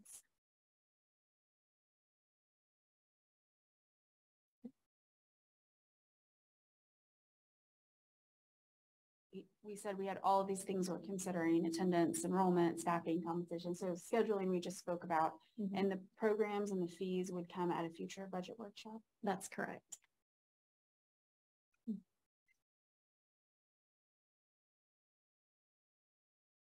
Thank you very much. Item 14 tonight is consider an act on the board legislative advocacy priorities and charter. So if you all recall, November 28th meeting, we had our folks who we appointed to serve on our legislative committee present to us, and was very pleased with the output and the work that they put into that. And we've had time to review and think through these things. So we had 5 priorities that were established as far as our legislative priorities. One was adequately funding public schools, address the cost and transparency of recapture, provide sufficient resources to recruit and retain teachers, expand funding for safety, security, and mental health, and preserve local control to support unique needs of the community. So as you've reviewed, we began to get ready tonight to hopefully put this committee to work officially. Do you have any comments or input about those things that you want to share before we move forward? I think all of these are extremely valuable and important. I think to make sure we make some good traction, I feel like we should really pull up 1 or 2 that we can communicate to our community that could be a really driving force. I think we've kind of established what we know those are. So I know there'll be more communication forthcoming. So this probably isn't the document that's going to be the end all to speak to the community, but I think in order to be heard and to be able to send a real strong message of change, we probably should lift up what we think are probably 1 or 2 of the most important movement items that we think they could take action on sooner than later. That's just my thoughts. Yeah. One thing I'll share, Amy, to that point is in our deliberations within the committee, we want to make sure that we're trying to structure this in a way to be effective, right? And that's, we're not just forming committees and having meetings to have meetings. We're wanting to try to, and one thing we've talked about is probably moving from a detailed 5 priority list to maybe a more concise one pager, if you will, that has more of a bullet point that could be useful for people that are, I mean, this is only going to be effective if the community becomes involved, right? We've got to make it, it's not going to be easy. That's not the right word, but we've got to make it easy for people to know what they're wanting to speak to. And so we might end up with something that's a detailed document like this for people that want to dig deep into the weeds on items.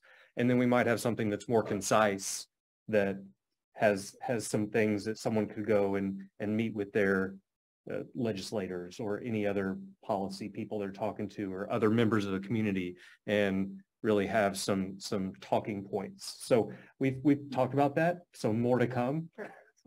Yeah. If that's kind of in line with what you're thinking about. So we really did debate like short versus long, more versus less.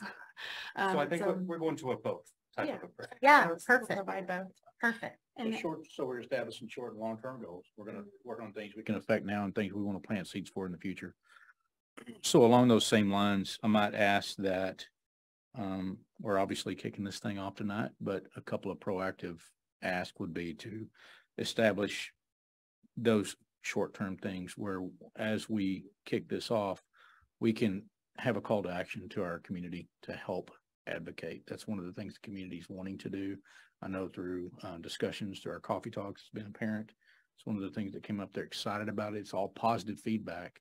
And so would ask that we appropriately, but as soon as possible, have a practical application of their ability to advocate, whether it's pre-form letters with points or things of that nature, probably that plus more. I know you're probably thinking about this, just to verbalize that to you all here tonight. And then, yeah, but I agree with all the work being excellent thus far and to try and narrow down on what you just described, short and long term. Yeah, 2 things we're doing on that front. One, and it's within our kind of charter document, a big piece of what we're doing, it's not necessarily priorities for the district, but a piece of how we're organizing is really tapping into any other resources that are out there within third-party organizations or other school districts that have already further along in their organization around advocacy. So we're going to be putting together some, I know in the last meeting you had asked for a calendar. Right. One thing we're meeting with a third-party organization this week that is involved in advocacy, and we're going to be looking towards, okay, not trying to reinvent the wheel, but putting together timelines on, and to your point, if there's a letter campaign that we can do that can help be turnkey specific to our priorities and things of that nature, and figuring out how to organize quickly within the community to be effective. And it's not just about this upcoming legislative session that starts in January. It really is putting the process and procedures in place to have this be an ongoing organization. So those are all the things we're talking about. And after the meeting this week that we have, I think we'll have some more detailed what's coming in a timeline for you, probably in our next update. We had discussed kind of streamlining these, maybe getting a fact sheet together. You do speak with your representatives, you're able to talk about the great things about Lovejoy and kind of our demographic and where we're located and that sort of thing. And so we'll have versions of that coming out for us. And to address, I want to agree with the fact that I think those stories about how this impacts Lovejoy and what in real dollar terms are really powerful. And so I just wanted to say thank you to the administration who's going to be helping us pull that data together. Yeah, and Jason, to the points that have been raised, this is kind of the overarching approval of the umbrella. And then a lot of these things that are on this priority list, a lot of these bullets here, this description will become more talking points. You know, we'll have something that we'll call the leave behind, you know, with respect to priorities, but it'll be condensed from what this is. And then, you know, kind of, we wanted to kind of initially begin with a top 2 or a top 3 priorities, but then we also realize the persuasive benefit of hitting keywords and key events that are going on in the state that are going to take up a lot of the legislature's time with things like and like school safety and security. That's a very big topic and a very important topic, but it also pertains to funding with respect to, making sure we don't have unfunded mandates. And if there's allotments and increases in funding for safety concerns, that hopefully that legislators can be like, oh yeah, absolutely, absolutely. But it also affects the bottom line, because we may be, I think we are in a better place than some districts are already with respect to safety and security and our protocols and our staff. But, that doesn't mean we don't want the allotments that might be coming out at the state level for those things. So, big priorities, big ticket, big issue items, and then also throwing in some things that are basically in the news that are important across the state and that will grab attention. I was going to add, as y'all get kind of the one pager and everything, you may already know all the legislative reps. If not, I can help facilitate that with PTO. Every campus has one. And the beauty of the high school is it's a PTSO, so there's student members. So like to what Ms. Campbell said, we have kids in those meetings every month. So if we get to a point where we want to have testifying and things like that, we have student leaders on our board that either could do that for us or find kids to do that. So I think that could be powerful. Again, just let me know when we're ready for that and I can help facilitate. And, the session kicks off on January 10th. It's going to be a long, extended session, into the spring and maybe up to the rest of the spring semester. And then every year for the past couple of sessions, there's been a special session in the summer as well. And so what we want to do is we're starting broad. And I think there's already been something, I'm going to throw out a number, I'm probably off on it, but at least 180 plus education bills that have already been pre-filed in advance of the legislature. I'll be completely honest, I've started to work my way through those, but not all of them. And a lot of them are pretty boilerplate and don't have a lot of detail to them. But what we envision the legislative committee being able to do at future board meetings is kind of paring things down into bill numbers, bills that have made it out of committee in either the House Ed or the Senate Ed, so that we can put our advocacy efforts behind specific bills that address, that reflect our priorities. So I expect this thing's going to evolve over the next 6 months and go from a broad form kind of, issue-based discussion to specifics. And we'll be asking community members to, and our legislatures to support specific bills that have advanced out of committee and are being scheduled for vote. So you covered my other 2 points that I wanted to have as goals for this kickoff in this year, which is 1, to know which bills we want to affect or advocate for, 1, and 2, for us to affect testimony directly from our efforts from our community students and our board at the state level out of this effort that we're making in the near term, like this session. I'm hoping that we can bring that to fruition through our efforts. So those are my other 2 points or goals that I wanted to see us establish and affect the outcome of. So I know it's a big ask, and I'm thankful you guys are doing it, and I can tell you have passion for it. And through the quality of the work you've done thus far, we appreciate that as well. So.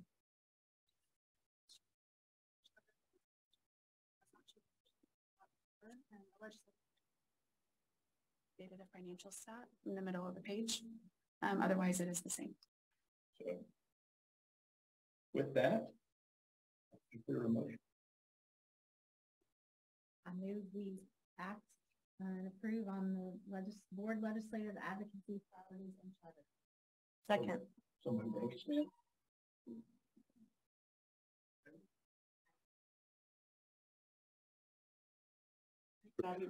And thanks for the work you've done thus far.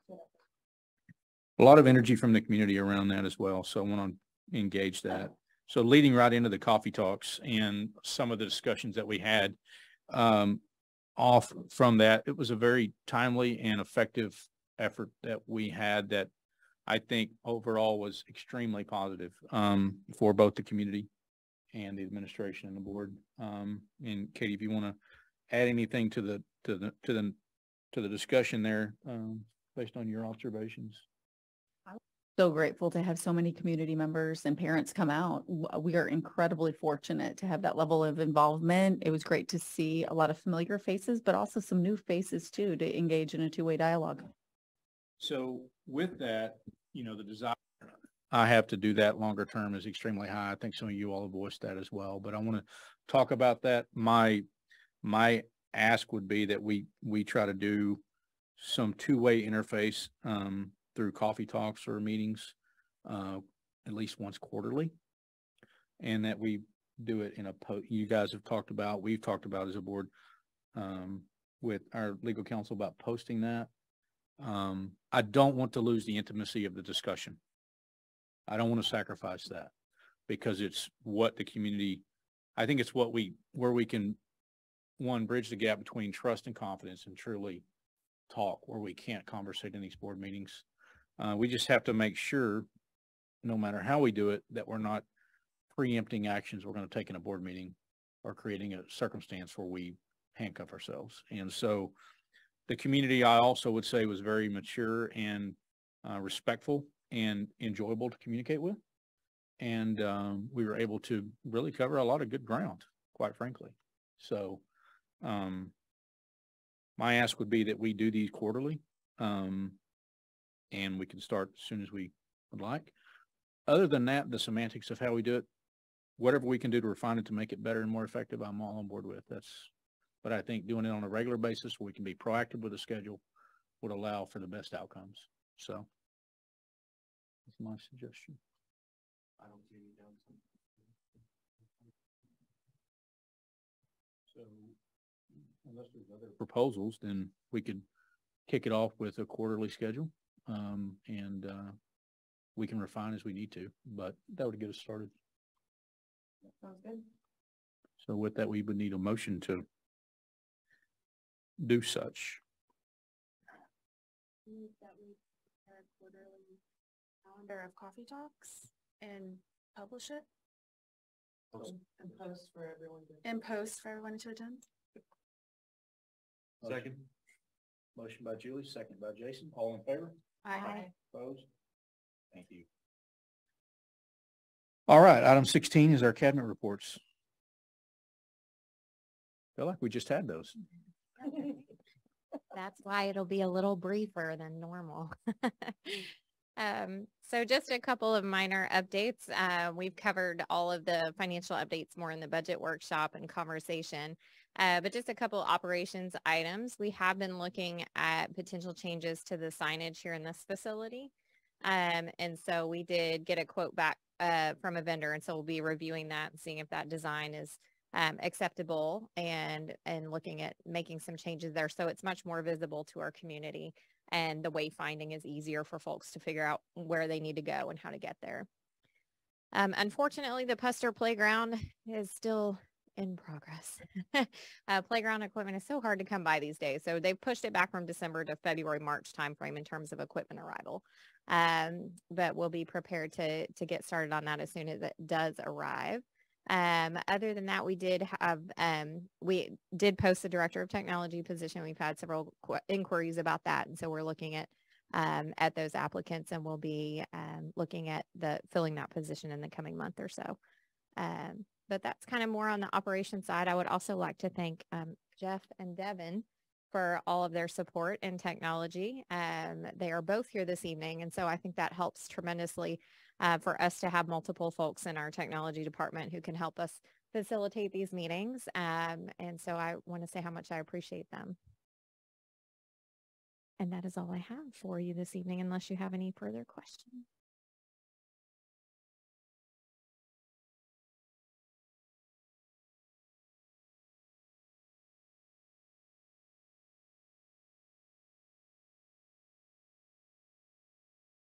Okay.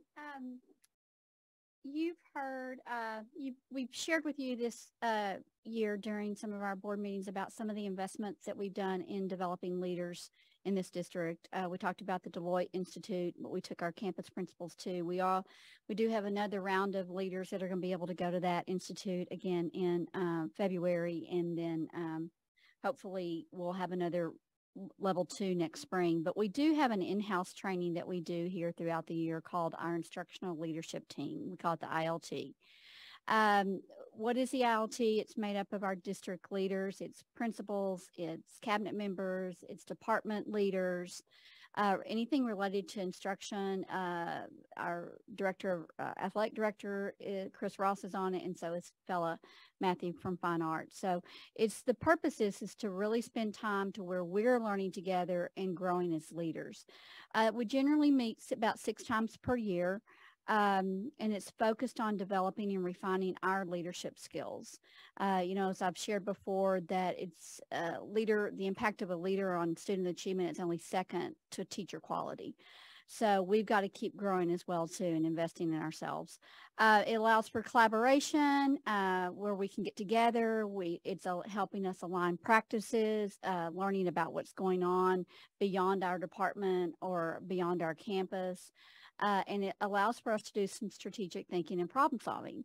And we've been doing a lot of that, this past year. But I wanted to share what we did at a recent ILT meeting is that we focused on we're looking at a learning organization, and the focus area has been driven by how do we build as leaders, how are we engaging and focusing our interactions with staff and our teachers to ensure that we're producing a productive climate, a healthy climate for our staff.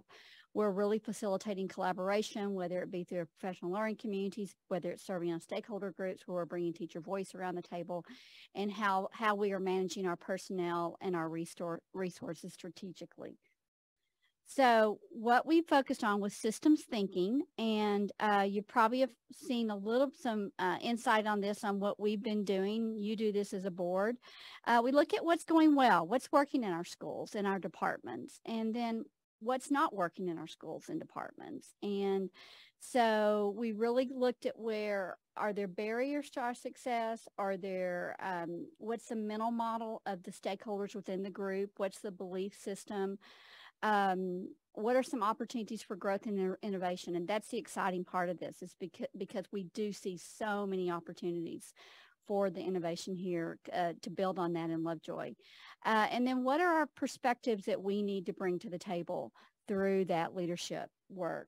And so I'm just going to share here some systems thinking. This was an example of a tool that we used recently, to where as a leader you looked at a possible event or a problem that was occurring on your campus, and then you kind of worked through the iceberg to look at what were the causes, what were the trends, has it been occurring over time, what are some of the structures that are influencing that? So for example, last year we could look at, when we were looking at master scheduling, we identified some barriers, we identified some trends that maybe we needed to stop doing so that we could be more efficient with our staffing models through our scheduling.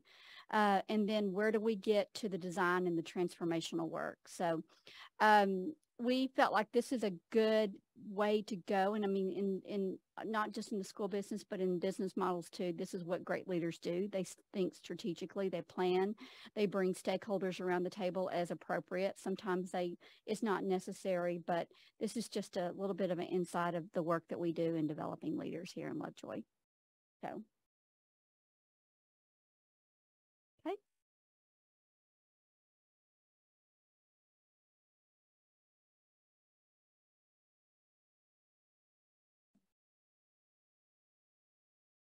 Good evening.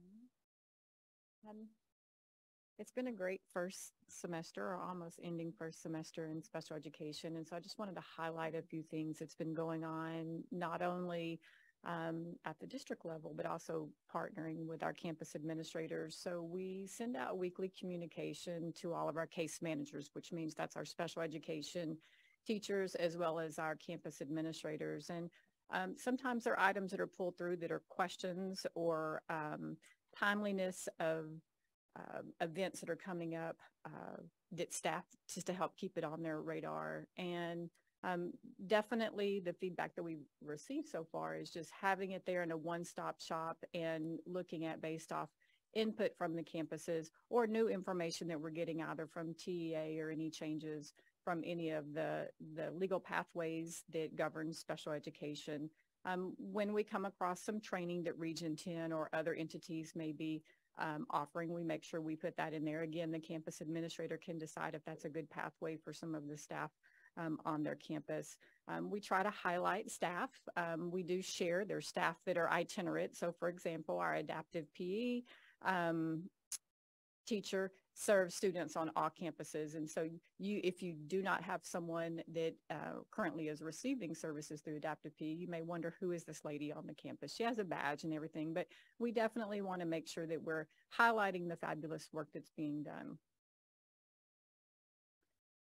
Guest educator, we were hoping that Anna and I were going to be able to share a celebration from our December 2nd guest educator training, and we made the decision, which was the right decision, because on that day, looking ahead, there were 70 absences, and we felt like the 20 participants that were going to be coming to our training really need to be on campuses and support the instruction that was happening. So we do have a new date, which is January 12th. Right now we have 20 people signed up, but I know HR is working really hard to onboard new guest educators, and definitely our principals have given us feedback, just appreciative of not only on the special education side of the house, but they're also seeing that impact on the general education side of the house. So we'll have an update in January on what, how many and how did the day go.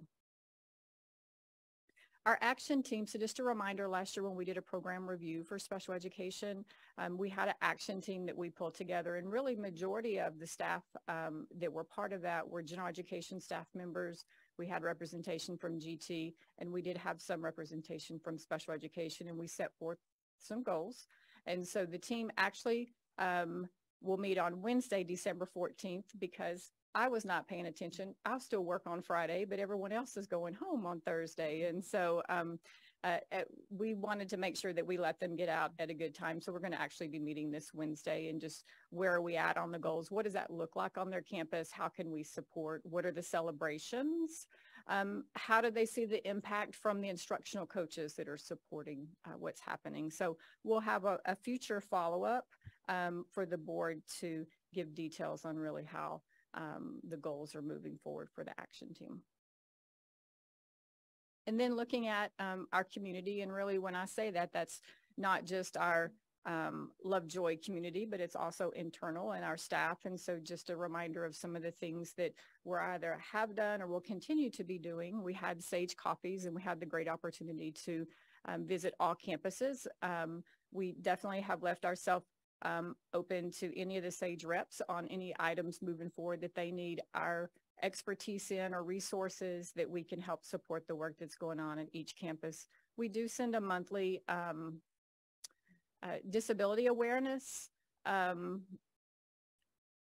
PowerPoint, I guess, like Google Slides is what they are, but that way to continue to get the information out. That was important to the Sage reps, that we're continuing to build capacity, because if you or your family have not walked the path, whether it's a medical condition or a disability through special education, you may not know really some of the pathways that people or the families are walking through. So we want to definitely continue to build that muscle. Our action team is the one that I just mentioned. And so again, I will follow back up. We'll probably have some of the action team members come back like they did last year and speak to the work that they've been doing. We're getting ready to send out another edition of the Special Education Parent Connect newsletter.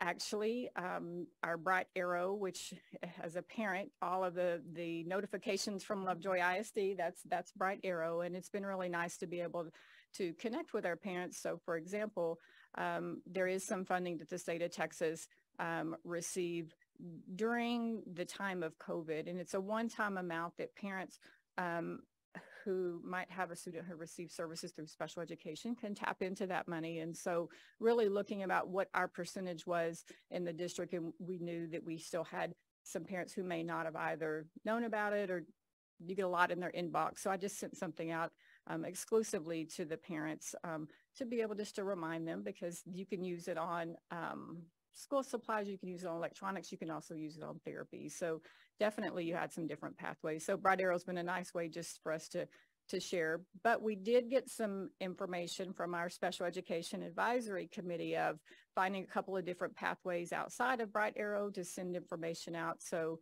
we will also continue to keep doing that, where we'll give it to our campus principals and our SAGE reps to make sure information is going out, kind of a broadband. Hopefully we can touch multiple parents if they're not reading their emails, but they notice this is a message from Lovejoy ISD, if we can help get the word to them. The curriculum instruction one, we as a department planned a ton of stuff for the last leadership Lovejoy, and a lot of great work and presentations took place on that day. And so we did not get through everything from all of the programs, including special education, but we are looking at future leadership Lovejoy opportunities to be able to pull that through, and especially while we're on some of the campus, potentially to see some of the things in action that's happening. And then our Special Education Advisory Committee, we meet back on February 8th. And the two areas that the committee targeted was one on understanding the ARD process for parents. And so we're working with a outside agency to come in and be able to provide that to the parents.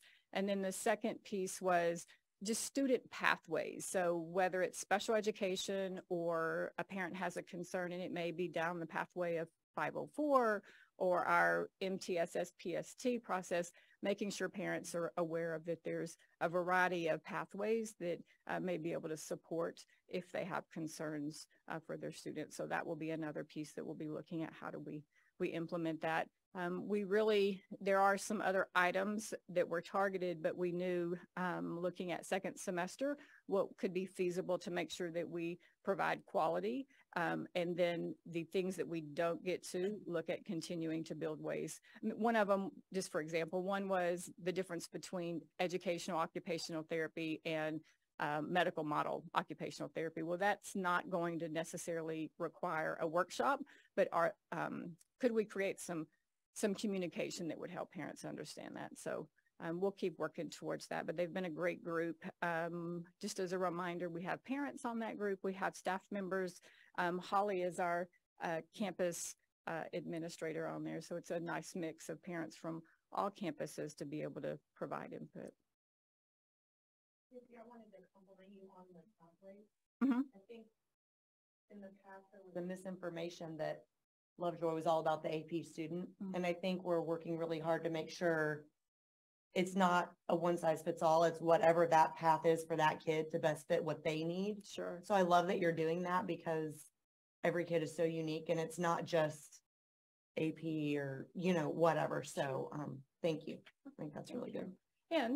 And if AP is the route, then what's really the support that we need to put in place to make that doable for them? So absolutely, we definitely want to individualize and support where students are at.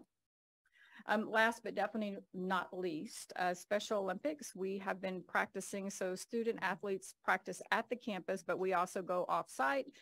We've been partnering with the Allen Bowl.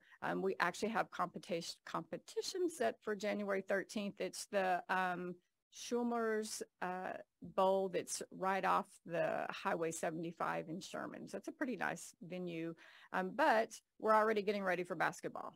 So our coaches will go through their training because they have to be certified to be able to coach. They will actually receive that on January 2nd, and then we'll start working on practices. And as soon as we get competitions secured, we'll make sure that we share that information, because that definitely is such a highlight to be able to see our students showcase their athletic abilities. They also get to work on a ton of skills that they've been working on in the classroom and generalize that. And then the partnership that we have with PALS is amazing, because there's so much that both our student athletes and our students who are in PALS learn and grow from one another. It's really a nice partnership that we're able to do. So more information to come. Questions?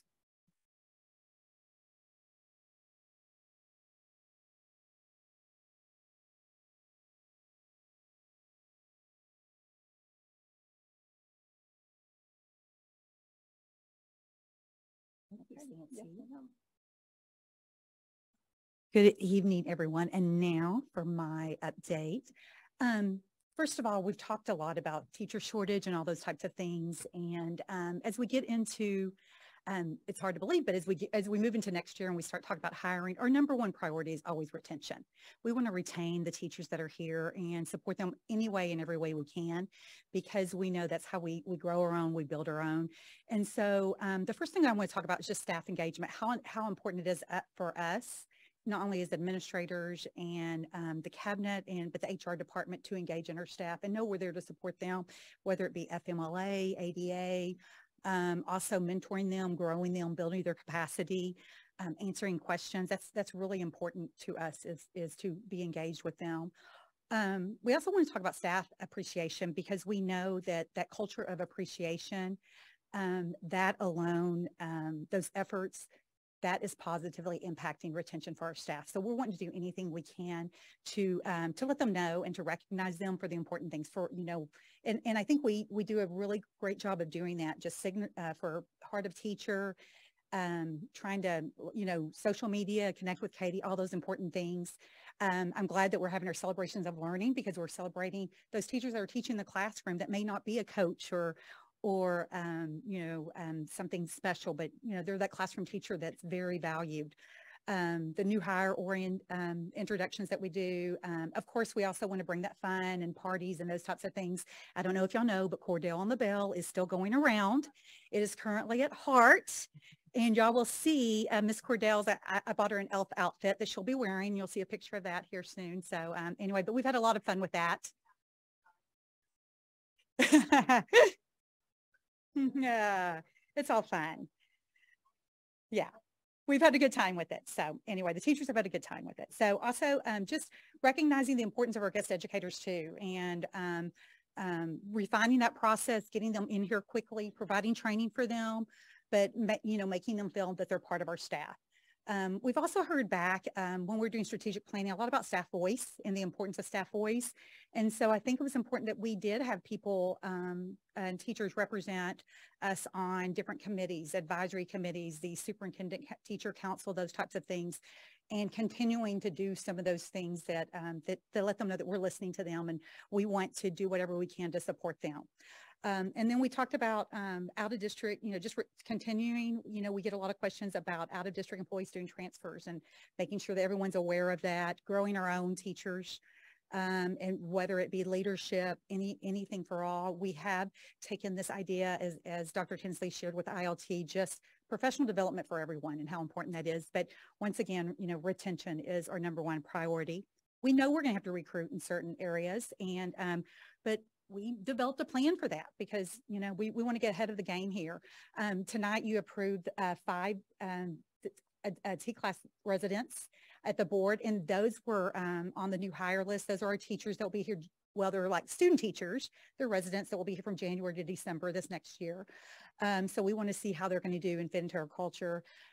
We get a lot of calls also, what we call pre-service teachers, those that need hours. For example, before they go into education, they have to have 30 hours of service in a public school.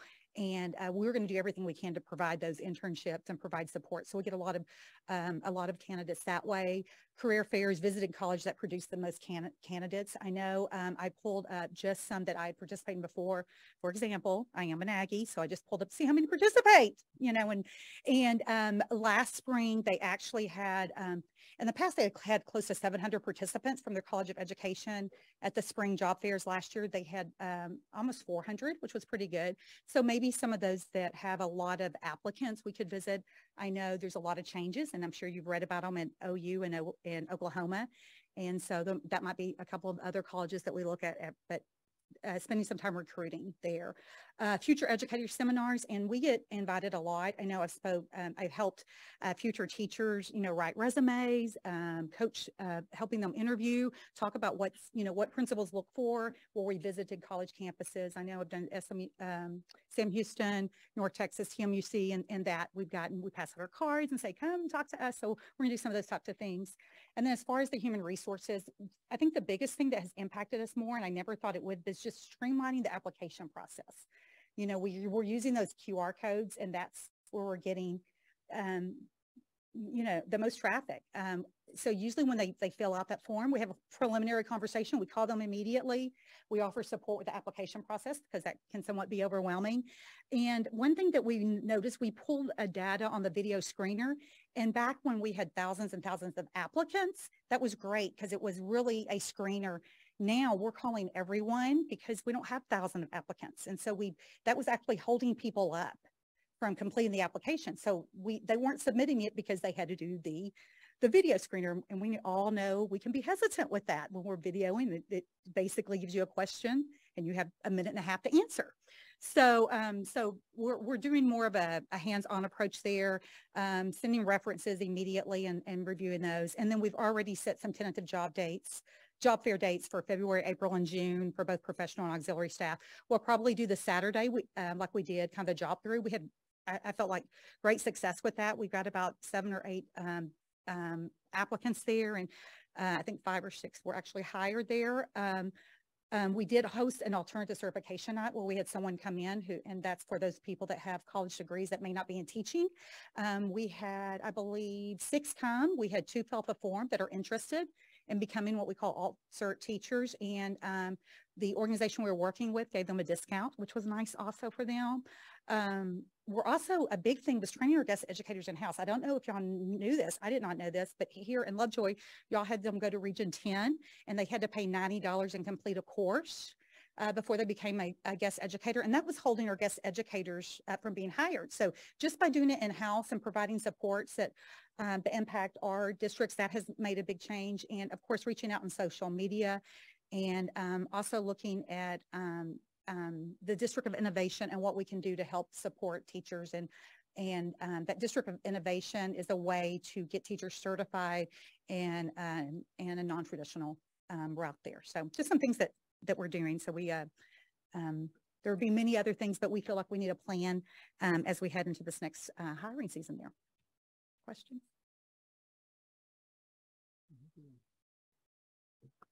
Hey, I just have a few things that I'd like to share with you. The first in student services is we have a young lady at the high school, Simi Fidel, who has qualified as a National Young Artist finalist.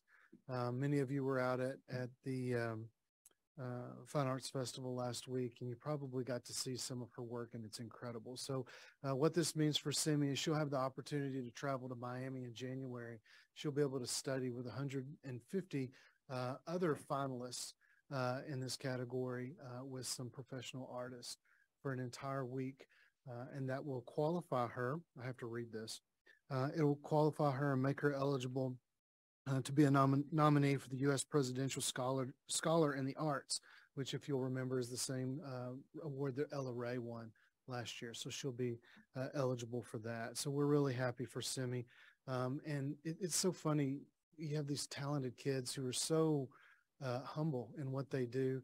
You know, during the arts festival, she could have been going around showing people her art, but she was doing what everybody else was doing. She was posting art. She was helping the little kids out there, and she just loves to be a part of the entire process. And it's great to see her be able to work with some of the younger kids and show her passion for what she does, and hopefully pass that passion down to some of our younger artists that are coming through our programs as well.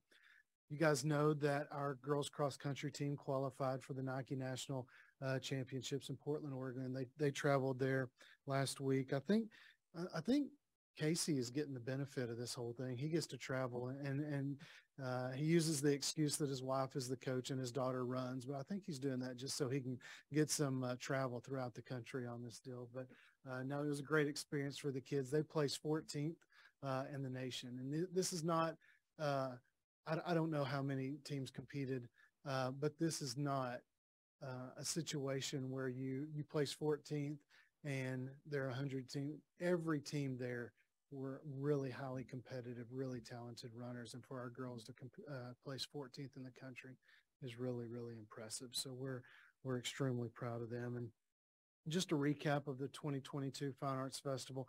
We have Dr. Matthew here, as you know, as our Director of Fine Arts. And the product that she puts out each and every year, she's not going to take much credit for it, but the planning and the execution of this event to put on all of the different events that go on, making sure that every student in our K-12 either has their work, their a piece of artwork displayed, or they're performing in front of their peers, in front of their families, and then being able to look up. I think the most gratifying thing about this is seeing the grandparents who come and see their grandchildren perform for the very first time.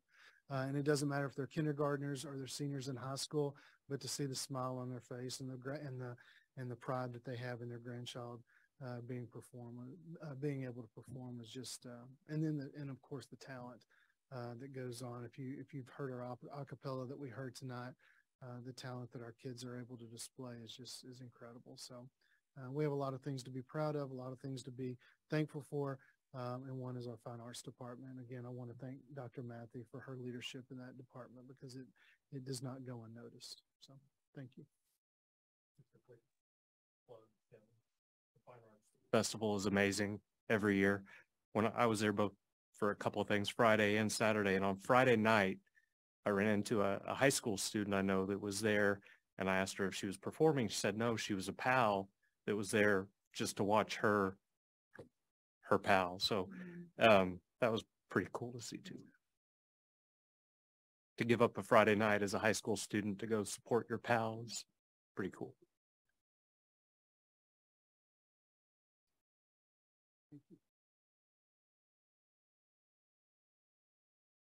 Ms. Cordell. Yes, there are only 2.5 days, class parties, and some semester exams standing between our students and their holiday break. And you can feel it in the air. But really, it's been a wonderful semester. And I just want to thank our teachers, our staff, our parents for the incredible job that they have done providing excellent learning experiences for our students and extracurricular experiences. It's been an amazing semester. And now it's time for everybody to take care of themselves, rest, relax, reconnect with the ones that they love the most, and have some high quality family time. So we wish everybody a very safe and a very joyful winter break. Thank you very much. Do we have any non-agenda comments tonight? Thank you. I would just echo Ms. Cordell's comments of wishing you all an amazing holiday break. Enjoy your time, and we would be adjourned.